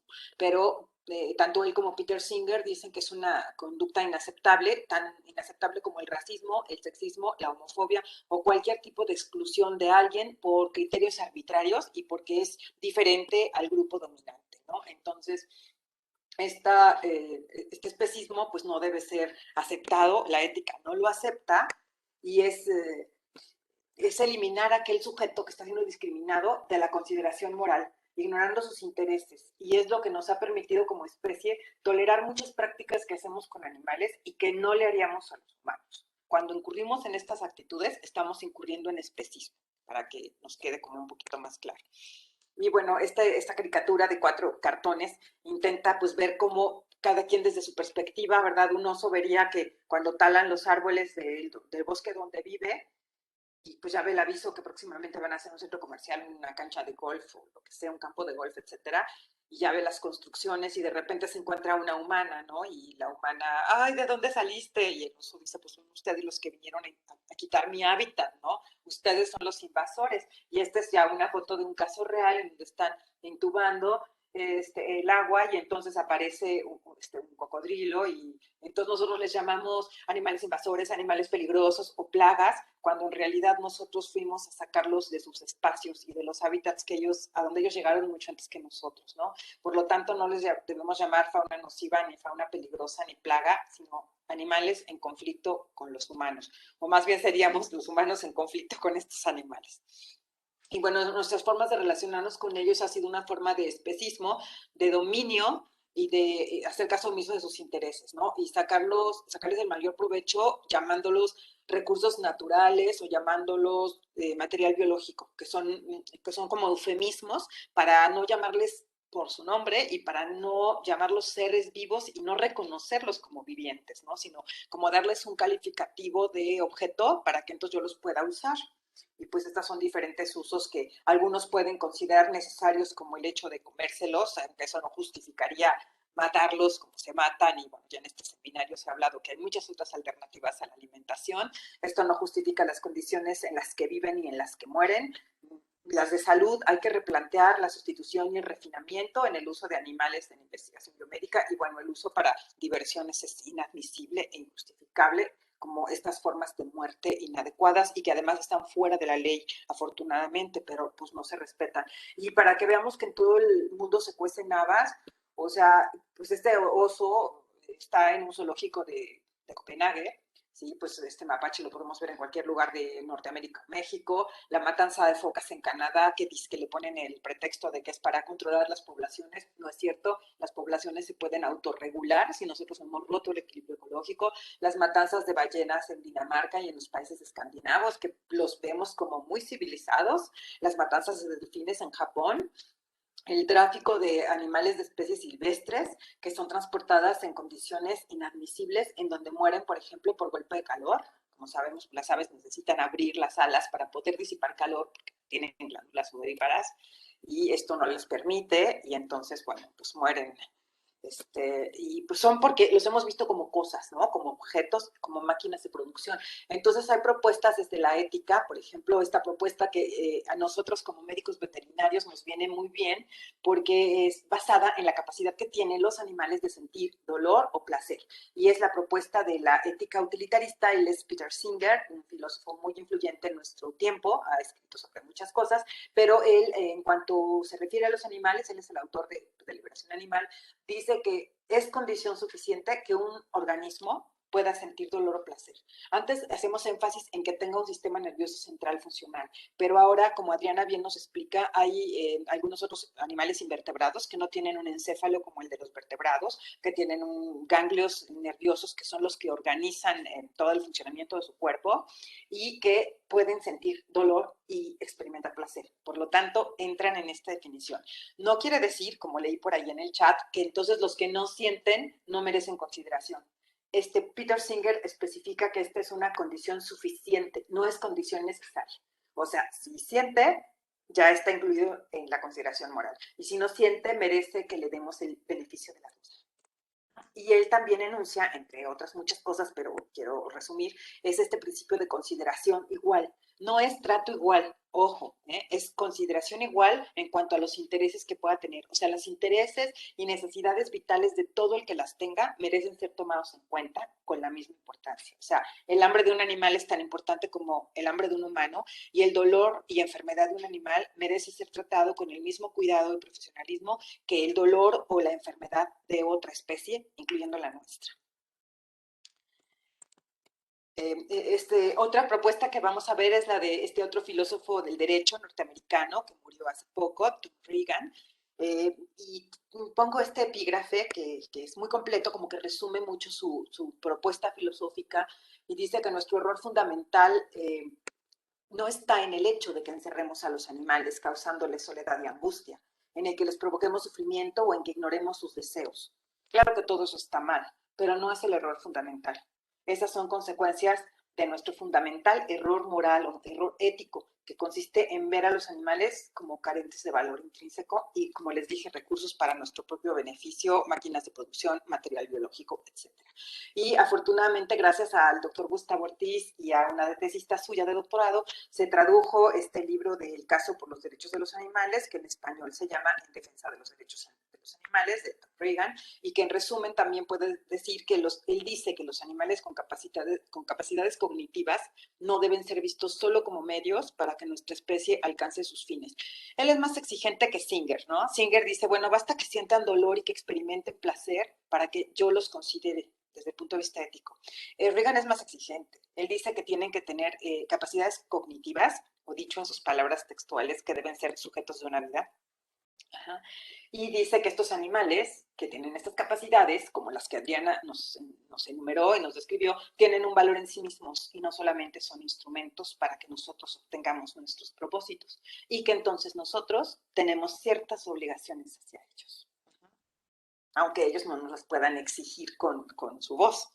¿Y qué significa tener una vida mental? Pues Adriana ya nos explicó con bastante detalle qué es tener una vida mental y aquí lo resumimos, es tener percepciones y memoria, claro que la tienen, si no, no podrían aprender nada, los animales aprenden, tener estados afectivos, que son estados mentales, a eso se refiere en lenguaje científico los affective states, son los mental states, junto con estos sentimientos de placer y dolor, tener creencias, deseos y preferencias, no que crean en Dios, ¿no? Un santo, sino que creen que tú ya vas a llegar porque te escucharon, porque te olieron, porque creen que detrás de esa puerta está su comida o están sus premios. O sea, no necesitan ver al sujeto o al objeto para creer que ahí está, ¿no? A eso se les llama pues, la presencia del objeto, que en su imaginación o en su mente ellos pueden creer que algo va a pasar o que algo está ahí, aunque no lo vean. Tienen preferencias, los etólogos lo saben, porque hay pruebas de preferencia para qué comida prefieren, qué camita prefieren, qué traste prefieren. Tienen este sentido del futuro y pueden planear para alcanzar sus objetivos. Y muchas veces se salen con la suya. Ajá. Tienen una identidad, y como Adriana nos explicaba, el sentido del yo, al decirle su nombre y en un grupo, el que viene es al que le llamas por su nombre, ¿no? Tienen sentido de lo que es bueno y malo para ellos. No sabemos si moralmente hay evidencias que apuntan que sí, pero ellos tienden a buscar su propio bienestar. Y esta foto la pongo que es de un gato amigo mío que se llama Peter, y el gato no solamente, aunque es una prueba antropomórfica, yo creo esto de que se conoce en el espejo, porque es una prueba diseñada para nosotros los humanos, y los animales no tendrían por qué pasar esta prueba, tendríamos que hacer pruebas hechas especialmente para ellos. Pero aquí me da mucha curiosidad, porque a Peter le gustaba siempre tomar agua aquí cerca del espejo, y tomaba agua y se veía, y entonces yo le decía a Alfredo, oye, como que Peter se está viendo mientras toma agua, y me decía, no, ¿cómo crees? O sea, son tus imaginaciones, eso quieres ver. Hasta que un día entonces él entra y Peter, en vez de, pues Peter vive con él, y en vez de que voltee cuando lo escucha, Peter mira la imagen de Alfredo en el espejo y mueve las orejas hacia atrás cuando Alfredo lo llama, sin tener que voltear la cabeza. O sea, no solamente Peter se logró reconocer en el espejo, Peter lograba reconocer a los otros en el espejo. Y bueno, las propuestas de las éticas biocéntricas pues son las más incluyentes, ¿no? Porque incluyen no nada más a los sujetos animales sintientes, sino a todas las formas de vida. Y es una propuesta del filósofo Paul Taylor, que dice que los animales y las plantas, por el hecho de estar vivos, de tener un genoma que pueden transmitir y que se puede expresar, porque estos animales y plantas tienden a autopreservarse, es decir, a permanecer en el ser, a pesar de todos los daños que reciben del exterior y del interior, y que cumplen un ciclo vital, eso les da un valor en sí mismos, al que Paul Taylor le llama valía inherente. Este concepto de valía inherente es diferente al valor instrumental, que es el que estamos viendo en este cuadro azul. Los valores instrumentales son aquellos que les damos a los seres en función de cuánto o cómo nos sirven. Entonces, a los animales les hemos asignado valores genéticos, valores económicos, valor técnico, o sea, cuánto produce, qué tanto salta, cuántos paquetes o cajas carga, cuántos huevos pone. Les hemos asignado un valor estético y también un valor afectivo. Y el valor afectivo, aunque se oiga muy lindo, también es un valor instrumental. Entonces, pues estos valores nosotros se los hemos asignado, no pertenecen a su esencia, pero además de esos valores que puedan o no tener y que podamos o no estar de acuerdo, la valía inherente está por encima de todos esos valores, ya que no depende de la opinión de los demás. O sea, si me parece bonito, feo, barato, caro, esto está por encima de los valores instrumentales, ¿no? Y Albert Schweitzer, un médico, teólogo y humanista, que recibió el Premio Nobel de la Paz en 1952 y que también es como de esta corriente de las éticas biocéntricas, dice que un humano se comporta éticamente bien cuando trata a los otros vivientes con la misma reverencia que tiene por sí mismo y cuando está dispuesto a ayudar a todo el que lo necesite. Y también decía que pues, lo que nos hermana con los otros animales y plantas es la capacidad que tenemos de morir, ¿no? Pero, ¿qué pasa cuando el humano se beneficia de los animales? Cuando los utiliza o los utilizamos para mejorar nuestro bienestar o obtener satisfactores económicos, gustativos, de conocimientos, etcétera. Esto lo hacemos apropiándonos de sus cuerpos y de sus vidas. Entonces tendría que preguntarme, bueno, mi interés o mi necesidad o mi gusto es tan importante como para afectar los intereses básicos de otros animales. Tendría que pensar si este interés mío es básico o vital o no lo es, porque yo estoy afectando intereses vitales de los otros animales para obtener mis beneficios, mis fines, ¿no? Otra pregunta que la bioética me pondría es, ¿de qué forma puedo hacer el mínimo daño al animal? Este animal del cual yo me estoy beneficiando. ¿Puedo aplicar con estos animales que estoy utilizando la justicia retributiva o la justicia restitutiva? ¿O ya no? Porque pues ya le quité la vida y ahora ¿cómo se la restituyo? O sea, ¿cómo podría compensarlos? ¿Y es aceptable causar daño a un animal para beneficiarme? ¿Puedo reparar ese daño? hasta dónde.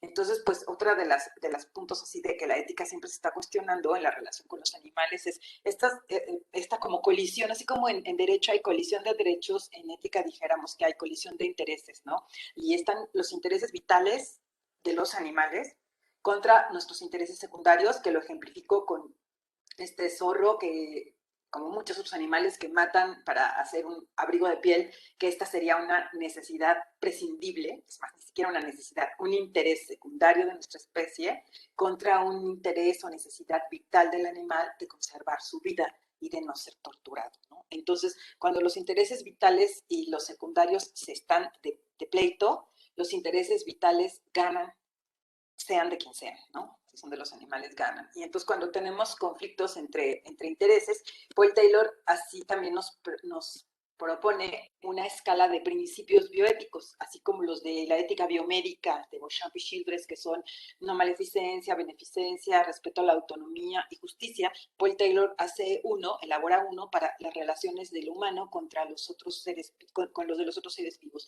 Y dice que primero tenemos que aplicar un principio o respetar el principio de justicia distributiva, que es como repartir los bienes entre todos, tratar de dar el mismo respeto a todos, no al trato igual, sino respetar. Pero si surgen conflictos entre las partes, que van a surgir, ¿sí? No a todos se les van a repartir los beneficios, no a todos se les va a dejar vivir. Entonces tengo que aplicar el principio de proporcionalidad. Este tiene que ver con los intereses vitales y los secundarios. Este principio me dice, ganan los intereses vitales. O sea, lo que está en pleito es tu abrigo contra la vida del animal, gana el del animal, ¿no? Pero aquí cuando ya nos ponemos a hablar de alimentación, hablando de personas omnívoras, o hablando del uso de los animales para el avance de la investigación biomédica, entonces ya no está tan claro como decir, bueno, en este caso podríamos hablar de dos intereses o dos necesidades que consideramos básicas o vitales que se contraponen. Entonces, ¿cómo salimos de ahí? Pues Paul Taylor dice, bueno, cuando se vulnera el interés de alguna de las partes y yo decido que voy a utilizar a estos conejos o a estas ratas para probar esta vacuna, entonces tengo que causarles el daño mínimo. O sea, la parte que va a salir perdiendo, tengo que tratar de causar el mínimo daño. ¿Cómo? Pues usando anestesia, usando analgésicos, tratar de reducir el daño a lo más que yo pueda, ¿no? ¿Y qué voy a pasar? ¿Qué va a pasar cuando he dañado? Pues entonces tengo que poner en marcha la justicia restitutiva. De alguna forma, echar a andar mi neurona para ver cómo puedo restituir el daño causado. Pero también nos da permiso de matar a otros, sean humanos o sean otros animales o sean plantas, cuando está en juego la vida de alguno, ¿no? Porque después, como él habla de respeto para todos los vivientes, algunos dicen, no, pero entonces ya no podemos usar desparasitantes ni antibióticos. Y entonces decimos, sí, porque con el principio de autopreservación, yo puedo matar a otro que creo que pone en peligro mi vida, mi organismo, o la vida de alguien que para mí es importante, ¿no? Y pues la ética nos da permiso de matar en defensa propia.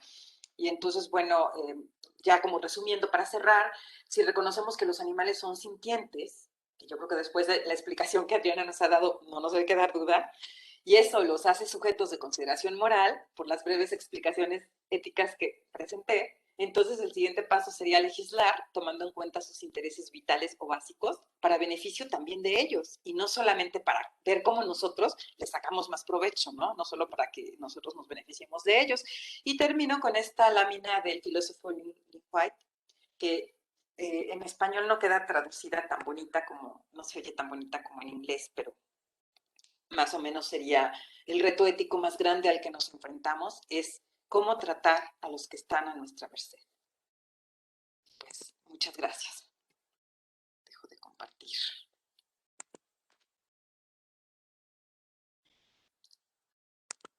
Ay, no puedo dejar de compartir. Sí, ya. Gracias. Muchas gracias, Adriana, Betty. Muy, muy, muy interesante. Pues hay varios comentarios en el chat y varias preguntas, algunas aportaciones bibliográficas que, bueno, ahorita iremos comentando. Me iba a ayudar a este proceso de las preguntas Ángeles Cancino. Ángeles, no sé si ¿O comienzo? Sí, pues, ¿no puedes hablar, Ángeles? ¿No te tienen silenciada? Si pueden abrir el micrófono de la doctora Ángeles Cancino, por favor. Gracias, Leti. Pues si gustas empezar tú, yo tengo el transcrito de varias A ver, comienza, preguntas que les hicieron. Ángeles, comienza las preguntas que tú Ok. tienes ahí en el chat. También está aquí el Perfecto. maestro Rogelio Lagunas y nos va ayudando a las que van llegando. A ver, adelante, Ángeles. Sí, gracias. Hay primero muchos saludos para ambas doctoras. Y la primera pregunta que se articuló fue si los corales, al pertenecer al reino animal, se les puede considerar sintientes, los organismos correspondientes al reino fungi también. Y no sé si quieran les hago de 3 en 3 y las contestan entre las dos doctoras o cómo prefieren que les pase las preguntas. ¿De 3 en 3 está bien? Sí. Perfecto. De Stephanie, Estela, los animales que no cumplan con las características de sintiencia deberían de tener consideración moral. Y la tercera, de Jackson, dentro de muchos grupos científicos se dice que el sentimentalismo es incorrecto y no es objetivo. ¿Cómo poder demostrar que la sintiencia animal tiene validez científica? ¿O a qué se debe la desacreditación del sentimentalismo como un punto no objetivo y más bien como algo que manipula al público? No sé, yo podría contestar la de los corales y que Adri me complete, porque no tengo toda la Claro, respuesta. sí. Pero la había leído. Ay, mi micrófono está abierto, ¿no? ¿Me oye? Sí, sí te oímos. Sí, está abierto. Gracias. Sí, bueno, la leí desde que Adri estaba exponiendo y lo que pasa es que para la sintiencia no dijimos que todos los animales eran sintientes. Adrián explicó muy bien que primero se reconoció la sintiencia en aquellos que tienen un encéfalo y después se ha ido comprobando en otros invertebrados que no tienen un encéfalo como tal, pero que sí tienen unos ganglios nerviosos muy evolucionados, como algunos crustáceos como langostas y cangrejos y los pulpos. Ajá. Y bueno, el reino fungi no es el reino animal. Entonces, hasta ahorita, pues en los hongos pues, no se ha demostrado sintiencia, tampoco dolor y placer. En muchos invertebrados dolor sí porque tienen endorfinas. Entonces, la presencia de endorfinas hace suponer que si tienen opioides sí pueden tener dolor o placer, pero en los hongos, hasta donde entiendo, no. No sé, Adri, ¿qué más?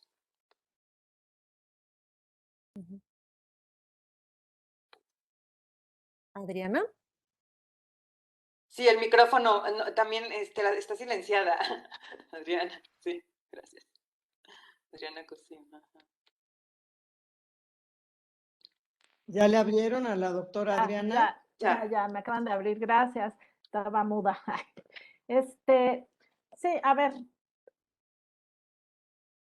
La definición de sintiencia, para empezar, implica que es en algún grado cualquiera de las capacidades, ¿no? Entonces, eso incluye a una gran gama de organismos y de una vez, o sea, hay quien apela porque las plantas son sintientes. Hay un montón de evidencia de capacidades de las plantas en comunicación entre sí mismas y todo esto. Entonces está como esa discusión de si son sintientes o no. Y justo esto que dicen de los hongos, ¿no? O sea, tienen un comportamiento y una expresión de capacidades que no, a pesar de que no se mueven como los organismos, pues sí se comunican entre ellos, sí se avisan entre ellos, si hay riesgo de cosas o no, tienen una afinidad por avisarle como a los parientes más cercanos ciertas condiciones, etcétera, ¿no? Entonces, digo, yo no voy a decir si son sintientes o no, digo que hay muchos estudios que están apelando a que sí, que otros organismos son sintientes, y no es que por ser animal automáticamente sea sintiente, ¿no? Sabemos que hay individuos que han perdido muchas capacidades, por ejemplo, y están en coma y a lo mejor ya no calificarían como sintientes, no importa la especie. Pero entonces el hecho de que los corales sean animales y que en automático por eso serían sintientes, no sería esa la explicación, sino sería si los corales tienen como estas otras capacidades, no por estar clasificados en un reino que además lo clasificamos nosotros, ¿no? Sino porque presentan ciertas características. Pero la verdad también, y ese es mi punto de vista particular, pues apelamos también al principio de precaución, ¿no? O sea, si no tienes evidencia científica y los estudios y no tienes la tecnología, pues en lugar de que eso sea una justificación para que tú dañes a un organismo, pues más bien no lo dañamos por principio, ¿no? Claro. Sí, evidencia de ausencia no es ausencia de, no, ausencia de evidencia no es evidencia de ausencia, exacto. Sí. Y respecto a la segunda pregunta, yo creo que hay una confusión con los términos, porque decían que si sintiente y que si la crítica al sentimentalismo, no tiene que ver, el sentimentalismo se lo adjudican a los humanos, que son así como que, ay, se conmueven por todo y que las razones que dan para que respetes a los débiles, no son razones como científicas o filosóficas, sino son razones nada más de un tipo de emotivismo. Y aquí estamos hablando de sintientes como estas capacidades que incluyen cognición y conciencia y estados mentales. O sea, no es de que, ay, que sienten ellos bonito, feo, ¿no? Entonces, allá hay una confusión. Una cosa es la sintiencia como capacidad biológica.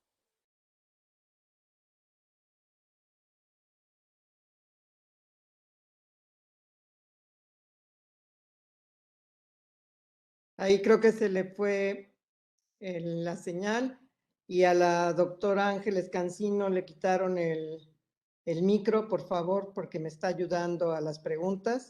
Doctora Farfán, habla Dulce Abraham. Todos los organizadores pueden abrir su micrófono cuando ellos lo deseen. De hecho, lo tienen Ok. abierto para Ángeles, ¿ya nosotros. pudiste abrir tu micrófono? Sí, sí me oyen. Sí, ya Perfecto. perfectamente. Gracias, Dulce. Perdón, De nada, doctora. No. perdón, mi gato me Yo acaba. no sé si, bueno, la confusión, entiendo lo que estás planteando de la confusión, pero no sé si también tenga que ver más bien que hay como una opinión común que la gente que defiende a los animales más bien está defendiéndolos en función de su sentimentalismo, que realmente está discutiendo lo sintiente, bueno, lo discute, o sea, somos sentimentales porque sienten los animales. Yo no sé si por ahí iba la discusión, estaba planteando alguien ahí, yo no la suscribo, pero estoy diciendo que pareciera, dice, justo a eso me refiero, sí, que más bien se nos acusa de sentimentalistas por estar atribuyendo capacidad sintiente al animal, ¿no? Sí, sí, ya leí la pregunta completa y estoy de acuerdo con lo que dice la doctora Leti. Y además, ¿cómo podemos demostrar que tiene validez científica? Pues porque se ha demostrado todas estas características y capacidades que Adriana nos describió, están publicadas en la literatura científica. Entonces, pues ahí está demostradas estas capacidades que llamamos sintiencia, ¿no? Exacto. Sí, Alguien yo quiere creo que hablar también, pero la silenciaron otra vez. no, pero tú lo puedes abrir, Adriana, ¿no? No, no, cuando uno quiere abrir no se No deja. está como coorganizadora la doctora Cosío, Dulce, Ya. perdóname. No, Sí, ya está está, bien, doctora. gracias. Tiene activo su micrófono. Tiene Eh, activo Adriana, su doctora micrófono, Adriana. sí. sí, ya lo acabo de Adelante. abrir ahorita. Ah, ya, gracias, muchas gracias. Sí, nada más hay, o sea, estoy de acuerdo con lo que dicen ustedes sobre la confusión, pero también algo que creo que eh, existe como esta crítica a que, por ejemplo, esto que llaman sentimentalismo, ¿no? A que alguien que hace producción animal se preocupe por sus animales, o al que un médico tenga sensibilidad, a que un estudiante no quiera que hacer experimentación con animales, ¿no? Y se ve como una debilidad y justamente, o sea, una debilidad, no sé si a eso se refieren, pero una debilidad frente a tener empatía a otro ser vivo, frente a otro ser vivo que está sufriendo, yo no creo que debería ser criticable, por eso estamos en la situación en la que estamos, ¿no? O sea, yo nada más quería como reforzar eso porque hay muchos ámbitos del estudio académico y científico donde se critica que haya como empatía o sentimientos de compasión hacia otros animales, ¿no? Y creo que eso no es malo, que debería de ser algo que se considera bueno, ¿no? Sí, bueno, yo me refería y supongo que por ahí va un poco la pregunta de la persona que la hizo, porque bueno, en general a los activistas se nos reclama mucho eso, ¿no? Qué pérdida de tiempo estar luchando por la vida animal, que deberíamos estar luchando por los niños de la calle, que deberíamos estar luchando, en fin, 20,000 causas superiores a la causa animal. Es a lo que me refiero.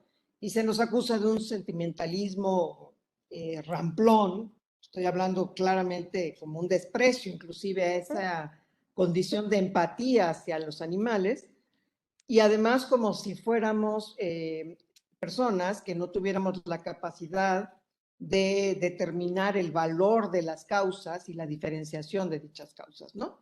Por eso insisto, o sea, si está en juego alguna vida humana y una vida animal, pues muchos apostarían porque pues la vida que tengo que pelear por es la vida humana y no la vida animal, ¿no?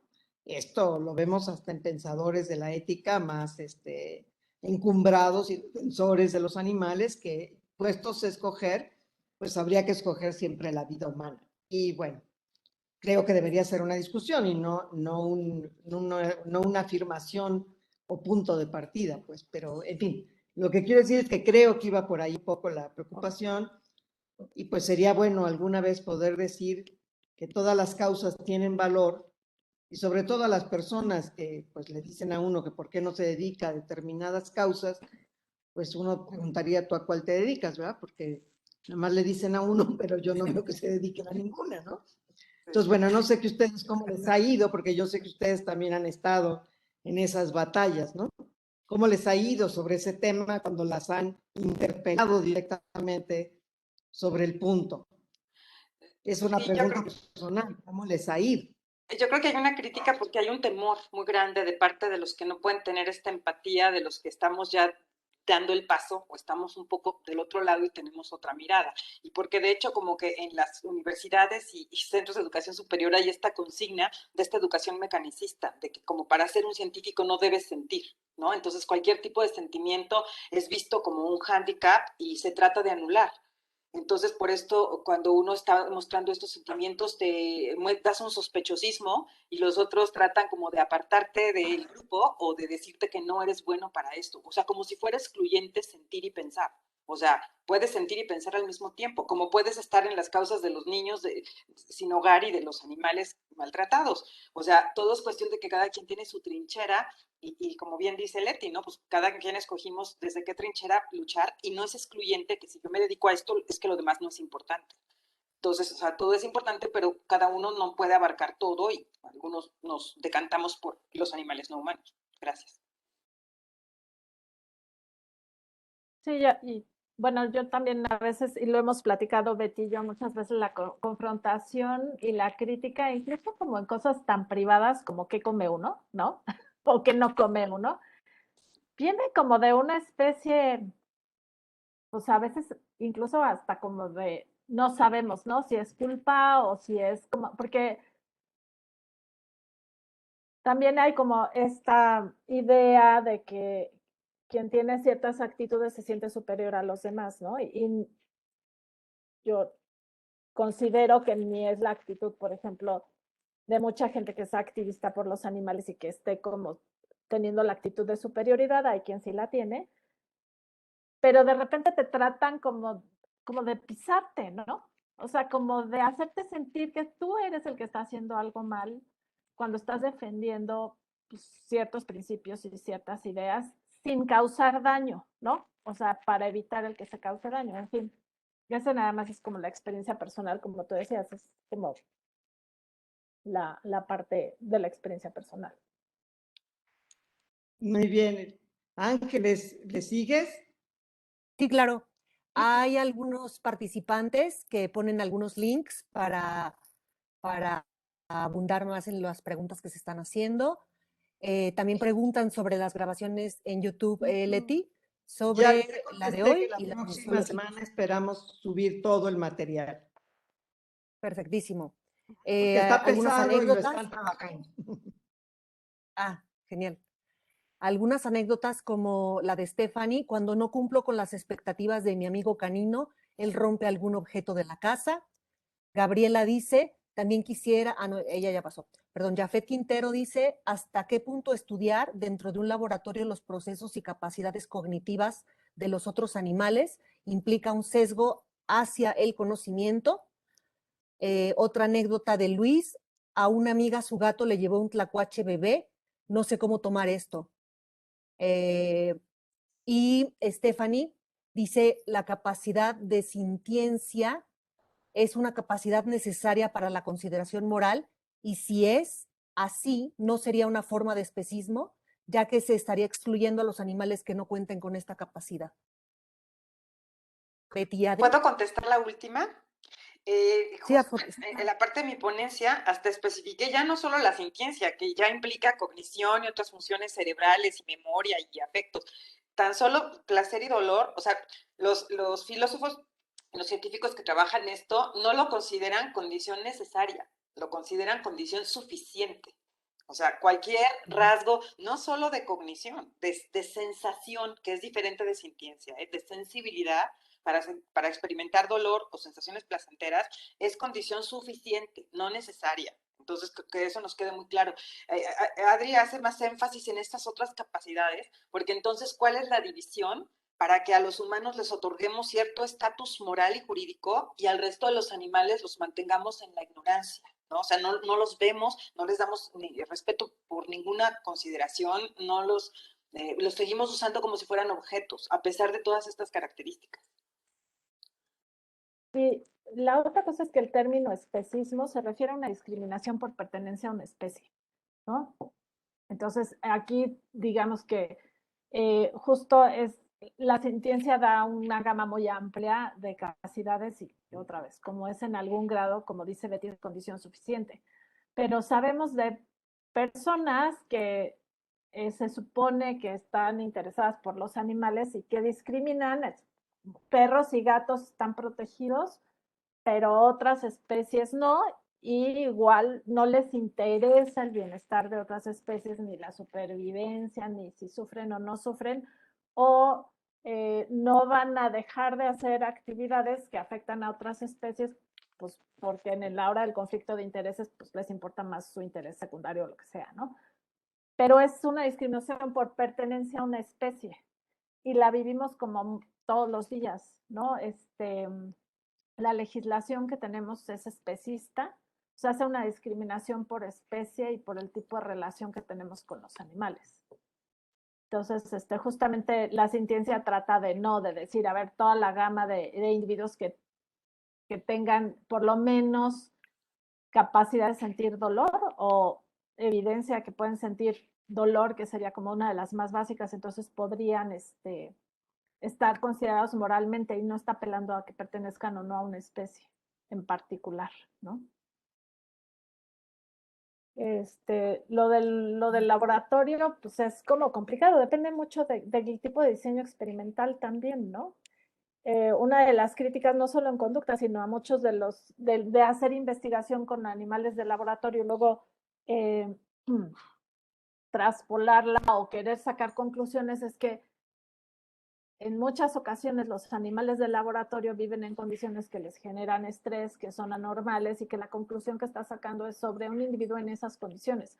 Pero si tú quisieras traspolarlo a lo que sucede en esa misma especie, por ejemplo, en vida libre o en otras circunstancias, no lo puedes aplicar porque a lo mejor en otras circunstancias, pues los niveles de estrés, la riqueza de capacidades cognitivas y de desarrollo que ha tenido el organismo es diferente, simplemente porque vivió en un ambiente mucho más enriquecido, con más desafíos que le permitieron como enfrentar mejor al medio ambiente, ¿no? O desarrollar estas habilidades. Entonces, ¿hasta qué punto? Pues no sabemos, depende de las condiciones en las que vivan también en el laboratorio, ¿no? No sé. Sí, y además yo creo que hay diferentes tipos, lo que Jafet le está llamando laboratorio, me imagino que se refiere a condiciones controladas. Por ejemplo, la que tú mencionaste del resonador magnético, pues eso solamente se puede hacer en el resonador porque hay que ver partes internas del cerebro que se prenden ante cierto estímulo. Y eso también se ha hecho en humanos, ¿no? Para descubrir qué zonas del encéfalo controlan qué tipo de tarea o de capacidad. Entonces, pues eso o se hace en un laboratorio o no se hace. Y no está haciendo un sesgo porque en humanos se hizo de la misma forma. forma. Otras pruebas, como a lo mejor donde les ponen a los animales a acomodar cositas y elegir colores, tal vez tienen que estar aislados de su ambiente para que no se distraigan. Es como los niños, ¿no? Pues estás en un salón de clase con ciertas condiciones para que tenga menos distractores y se pueda enfocar en lo que tú le vas a enseñar, ¿no? Entonces no creo que se pueda descalificar todas las pruebas de cognición o de inteligencia que se hacen en un laboratorio, siempre y cuando estén adecuadas, repito, a la especie animal, y no querer ponerle pruebas que pasan los humanos y que queremos que los animales las pasen, porque tienen una visión y percepción del mundo diferente a la nuestra. Entonces eso es hacerles trampa, ¿no? Y que la calidad de vida de los animales sea como buena en general, no nada más en el ámbito del experimento, ¿no? Sí. O sea, en todos los aspectos, en el social, en el físico, en todo. Sí, nutricional. Había otra, pero ya se me fue. No, eran esas A tres, ver, ¿no?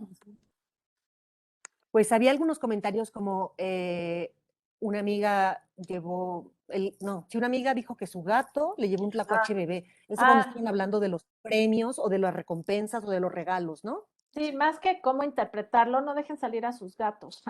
O sea, son depredadores excelentes, maravillosos, que no deberían estar depredando la fauna nativa y que podemos tenerlos adentro de casa con ambientes muy enriquecidos que no necesitan estar depredando fauna, ¿no? Además los exponemos a un montón de cosas horribles. Cada vez que los dejamos salir, a que tengan accidentes, a que los ataquen perros, a que se contagien de enfermedades, etcétera. Entonces, ahí me preocupó más en esa pregunta el hecho de que pudiera andar saliendo el gato, perdón. Sí. Y probablemente sea un obsequio, o sea, los gatos traen de obsequio desde cucarachas, lagartijas y lo que puedan, y sobre todo en donde te lo dejan. Si te lo dejan en un lugar como muy privado, como tu cama o tu plato de la comida o cosas así, pues sí, podría considerarse que es de alguna manera te traje algo a ti, te lo puse aquí, ¿no? En tu mejor lugar. Sí, y en eso pues no habría como juicio moral, porque él lo que está haciendo es tratar de compartir contigo su cacería, ¿no? Como un rasgo de amistad, pero pues está perjudicando a un otro que pues no debería perjudicar. Por eso, como dice Adriana, los gatos no deben andar deambulando por ahí, deben estar encerrados en su casa. Muy bien. Maestro Laguna, ¿quería preguntar o seguimos con las que tenemos anotadas? Una pregunta muy breve, sobre todo a la doctora Banda. Me parece que se ha reconocido que hay una distancia entre los seres humanos y los animales. Algunas personas en ese sentido han pensado que a los animales se les protege más bien como en grupo, como en poblaciones, y no tanto como individuos particulares. Entonces, habría una distancia en los derechos y en la protección, digamos, hasta en la dignidad que les reconocemos a estos tipos de vida. ¿Qué podría usted comentar al respecto? Muchas gracias. Gracias, maestro. Pues yo, al igual que yo creo que la mayoría de los filósofos que he leído, salvo Rolston, sí se interesan por el individuo. De hecho, Peter Singer que dice que todos cuentan por uno y solo por uno, ¿no? Paul Taylor también es de una ética biocéntrica individualista. O sea, a él, si hay una extensión de especie, le parece terrible, pero si un animal se muere, le parece terrible también. Entonces, el hecho de decir hay que preocuparnos solo por las poblaciones porque no se extingue una especie, pues es como, yo creo que es inmoral y es un despropósito porque es quitarle el valor a cada uno. Y es lo mismo que si yo lo paso con los humanos, ¿no? Bueno, pues mientras no desaparezcan los mexicanos o no desaparezcan los afganos, pues no hay problema, ¿no? O sea, todos como individuos contamos, ¿no? Entonces, la mayoría de todos los que se dedican a ética animal, todos son de individuos, se preocupan por los individuos. Y el único que es de ecoéticas o ética ambiental que se preocupa solamente a nivel de población es Rolston. Bueno, hay también otro filósofo de los pragmáticos que también dice que mientras no extingas una especie puedes matar a algunos, ¿no? Entonces, me parece que eso no tiene como un fundamento filosófico muy bien anclado, pero no, pues nosotras yo creo que estamos de acuerdo con el valor de cada uno. Y perdón, hay otro comentario en el chat de Mauricio Ulloa que está muy largo y que no acabo de entender, que se refiere a la falacia de Hume, pero no acabo de entender la pregunta. Y creo que está como en contra del utilitarista. No sé. Hay unos previos, si me permites, vamos a tomarlos, ¿no? Sí, ya, Porque, sí, gracias. Sí, ya los vi. Ahorita vamos al de Mauricio, que sí. Gracias, sí, es muy que me largo. salté hasta allá. No hay problema.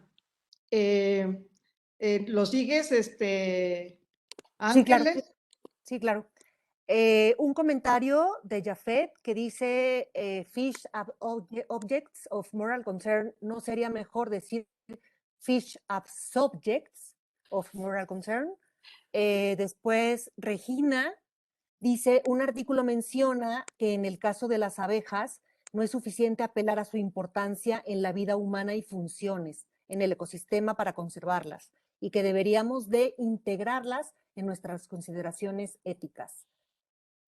Jonás Carrillo, dado que el concepto de inteligencia y su estudio en la especie humana surgió en un contexto de xenofobia y como justificación de la superioridad de ciertos grupos, buscar estudiar la inteligencia de otras especies es llevar el mismo discurso hacia otros animales. ¿Y qué es la inteligencia?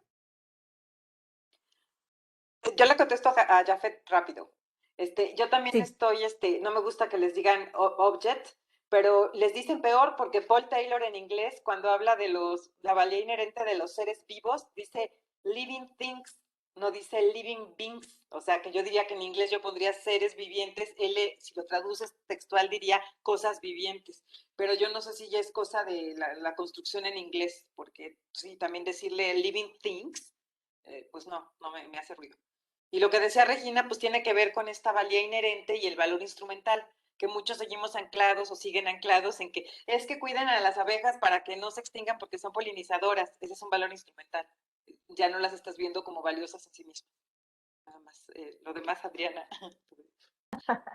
No, nada más era como esta parte sobre qué es la inteligencia. Bueno, pues depende de quién la quiera definir, pero finalmente no, o sea, lo que estábamos analizando no era que los animales tienen valor solamente porque tienen o no cierto grado de inteligencia. Estábamos haciendo como una revisión de como toda la evidencia que hay de las distintas capacidades que tienen los distintos organismos, ¿no?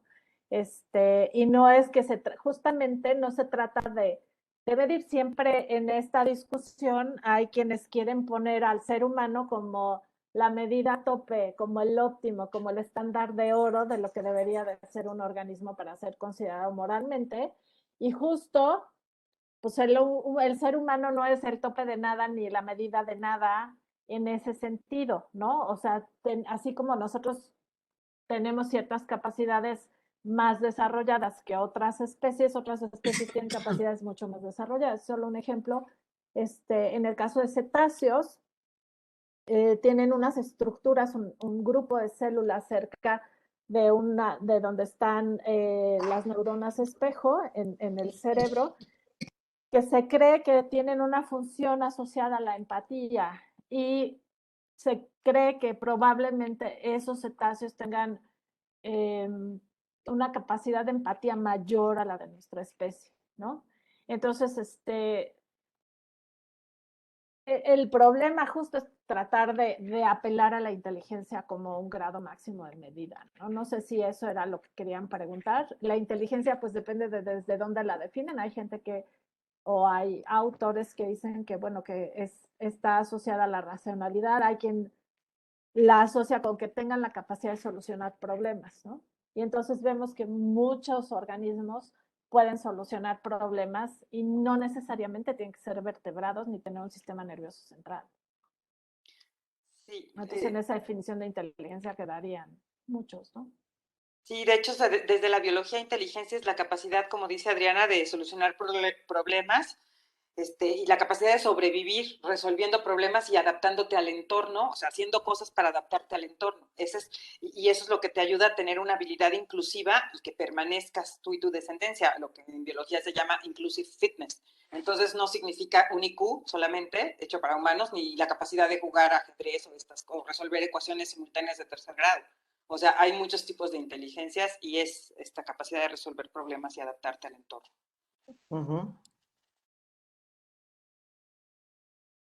Creo que algunos comentarios justo sobre los hongos, etcétera, van en ese sentido, ¿no? Ángeles, también de lo que acaba de contestar Betty. Si las preguntas que continúan parecen ir un poco por ahí. Esta la voy a leer yo porque de hecho la puso Ángeles, donde dice que el doctor, yo no sé si pronuncio bien, Eblium, Heiblum, sí. ok, de la Facultad de Veterinaria de la UNAM decía que los animales también elegían a sus compañeros favoritos, es decir, a sus mejores amigos, y que él podía ayudar a los animales a no pelear entre ellos, pero no podía hacer nada para generar amistad, cariño o apego entre ellos, pues son los animales mismos los únicos que pueden decidir eso. Lo cual ya les da voluntad, elección, una serie de capacidades específicas, ¿no? Claro. Y Victoria, bueno, perdón, Víctor Campo, ya le cambié aquí, discúlpeme compañero, dice, no sé demasiado acerca de los beneficios de la desparasitación. Habiendo dicho esto, desde el biocentrismo, no sería conflictivo, puesto que está en conflicto la vida de los parásitos con el bienestar de los humanos.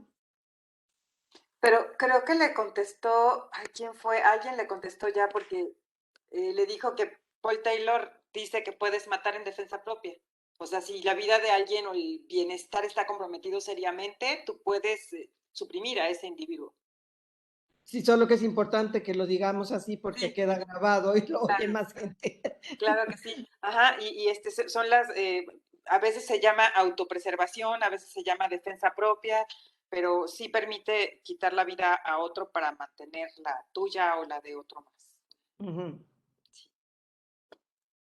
Jonás Carrillo dice, en animales que viven en zoológicos, se argumenta que su estadía en estos lugares les es placentera y hasta benéfica, debido a que presentan los niveles correctos de neurotransmisores para un animal en estado mental saludable. ¿Este es un argumento válido o suficiente para considerar que se le da un trato ético a estos animales en zoológicos? Una es que no sé dónde saca la referencia, tampoco sé a qué neurotransmisores se refiere. Por ejemplo, animales que presentan estereotipias, que por sí mismo es un indicador de que el animal tuvo que desarrollar este comportamiento para adaptarse a un entorno que era tan malo que lo que tiene que hacer es autodoparse, pues empiezan a presentar una serie de cambios a nivel neurológico donde reduce el estrés, por ejemplo, ¿no? Solamente porque se están autodopando, pero no quiere decir que sus condiciones sean óptimas. Entonces, habría que ver. Yo creo que no se pueden hacer generalizaciones, ¿no? No se puede hablar de todos los animales de zoológico. Yo no creo que él esté hablando de todos los animales de zoológico y habría que ver de qué está como hablando, porque la otra cosa es que muchas de las medidas de hormonas relacionadas con el estrés, por ejemplo, no por sí mismas no se consideran como indicadores suficientes para evaluar bienestar animal. Tienen que asociarse con una serie de otros indicadores como son los conductuales, los de salud, los de longevidad, etcétera.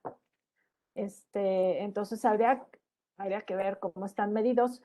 Yo sé que hay trabajos de distintos animales en cautiverio tratando de justificar el cautiverio. Entonces, también habría que ver cómo están construidos, ¿no? Y habría que ver el tipo de zoológico, como dice Adri. Sí. Algunas especies no las pasan tan mal como otras. Si es un zoológico enriquecido tipo safari, si es un zoológico de jaulas. Y bueno, yo sí leí un estudio cuando estaban por cerrar los circos y me hizo mucho ruido que se hicieron mediciones, o sea, etogramas y mediciones de mediadores químicos y resultó que tenían un poco mejor de niveles de bienestar los animales en circos que en zoológicos y esto lo atribuían a que porque tenían un ambiente un poco más enriquecido, o sea, por lo menos se movían, había un desafío, había un cambio de actividades y tenían como más, a veces, como pues sí, más actividad. A mí me llamó la atención, digo, no fue una anécdota, fue un artículo que leí, pero pues solamente fue un trabajo, ¿verdad? Pero sí decían que era por esto, porque tenían un ambiente más enriquecido en un circo bien que en un zoológico. No sé.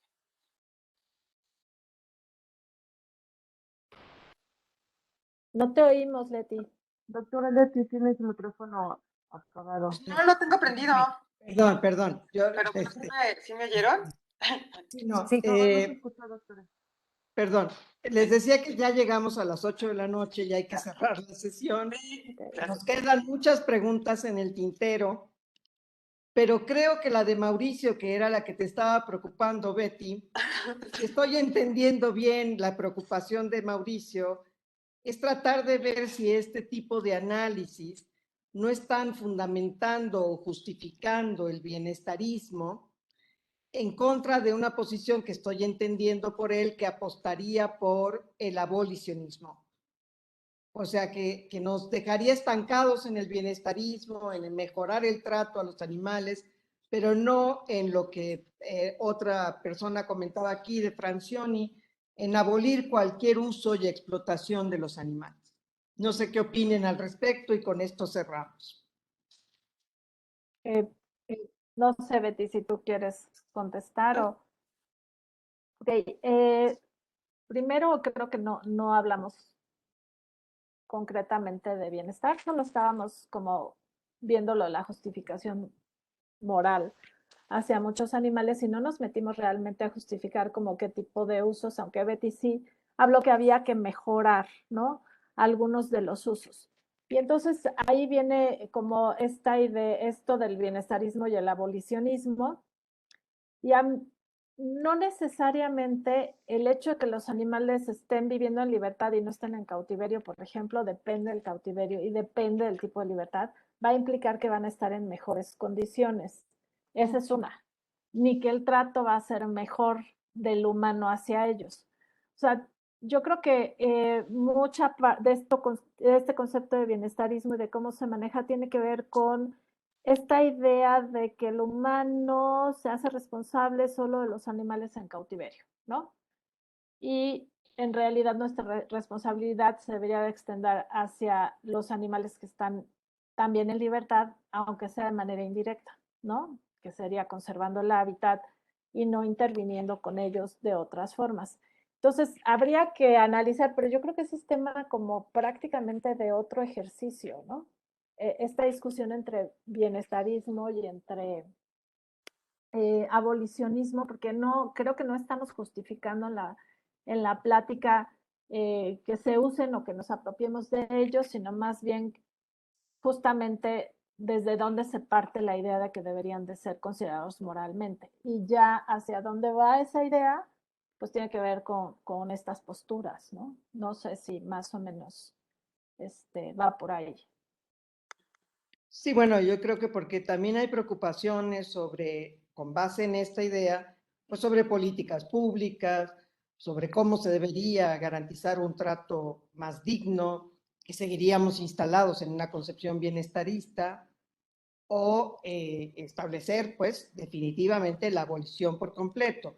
Yo creo que es un gran tema de discusión, yo no estoy diciendo que la vamos a resolver aquí, solo digamos que está esa preocupación en el fondo y ha salido o ha estado presente en todas las charlas que hemos tenido, porque bueno, una preocupación es plantearnos a todos los que nos dedicamos al tema y al activismo con relación a los animales, pues cuál es nuestra posición al respecto, ¿no? Y cómo involucramos o cómo estamos llamando pues a involucrarse a las personas sobre estos temas. Yo creo que por ahí va la preocupación y dice Mauricio que sí, que esa era su pregunta, Betty, para que bueno, más o menos nos quedara a todos claros. Gracias, Mauricio.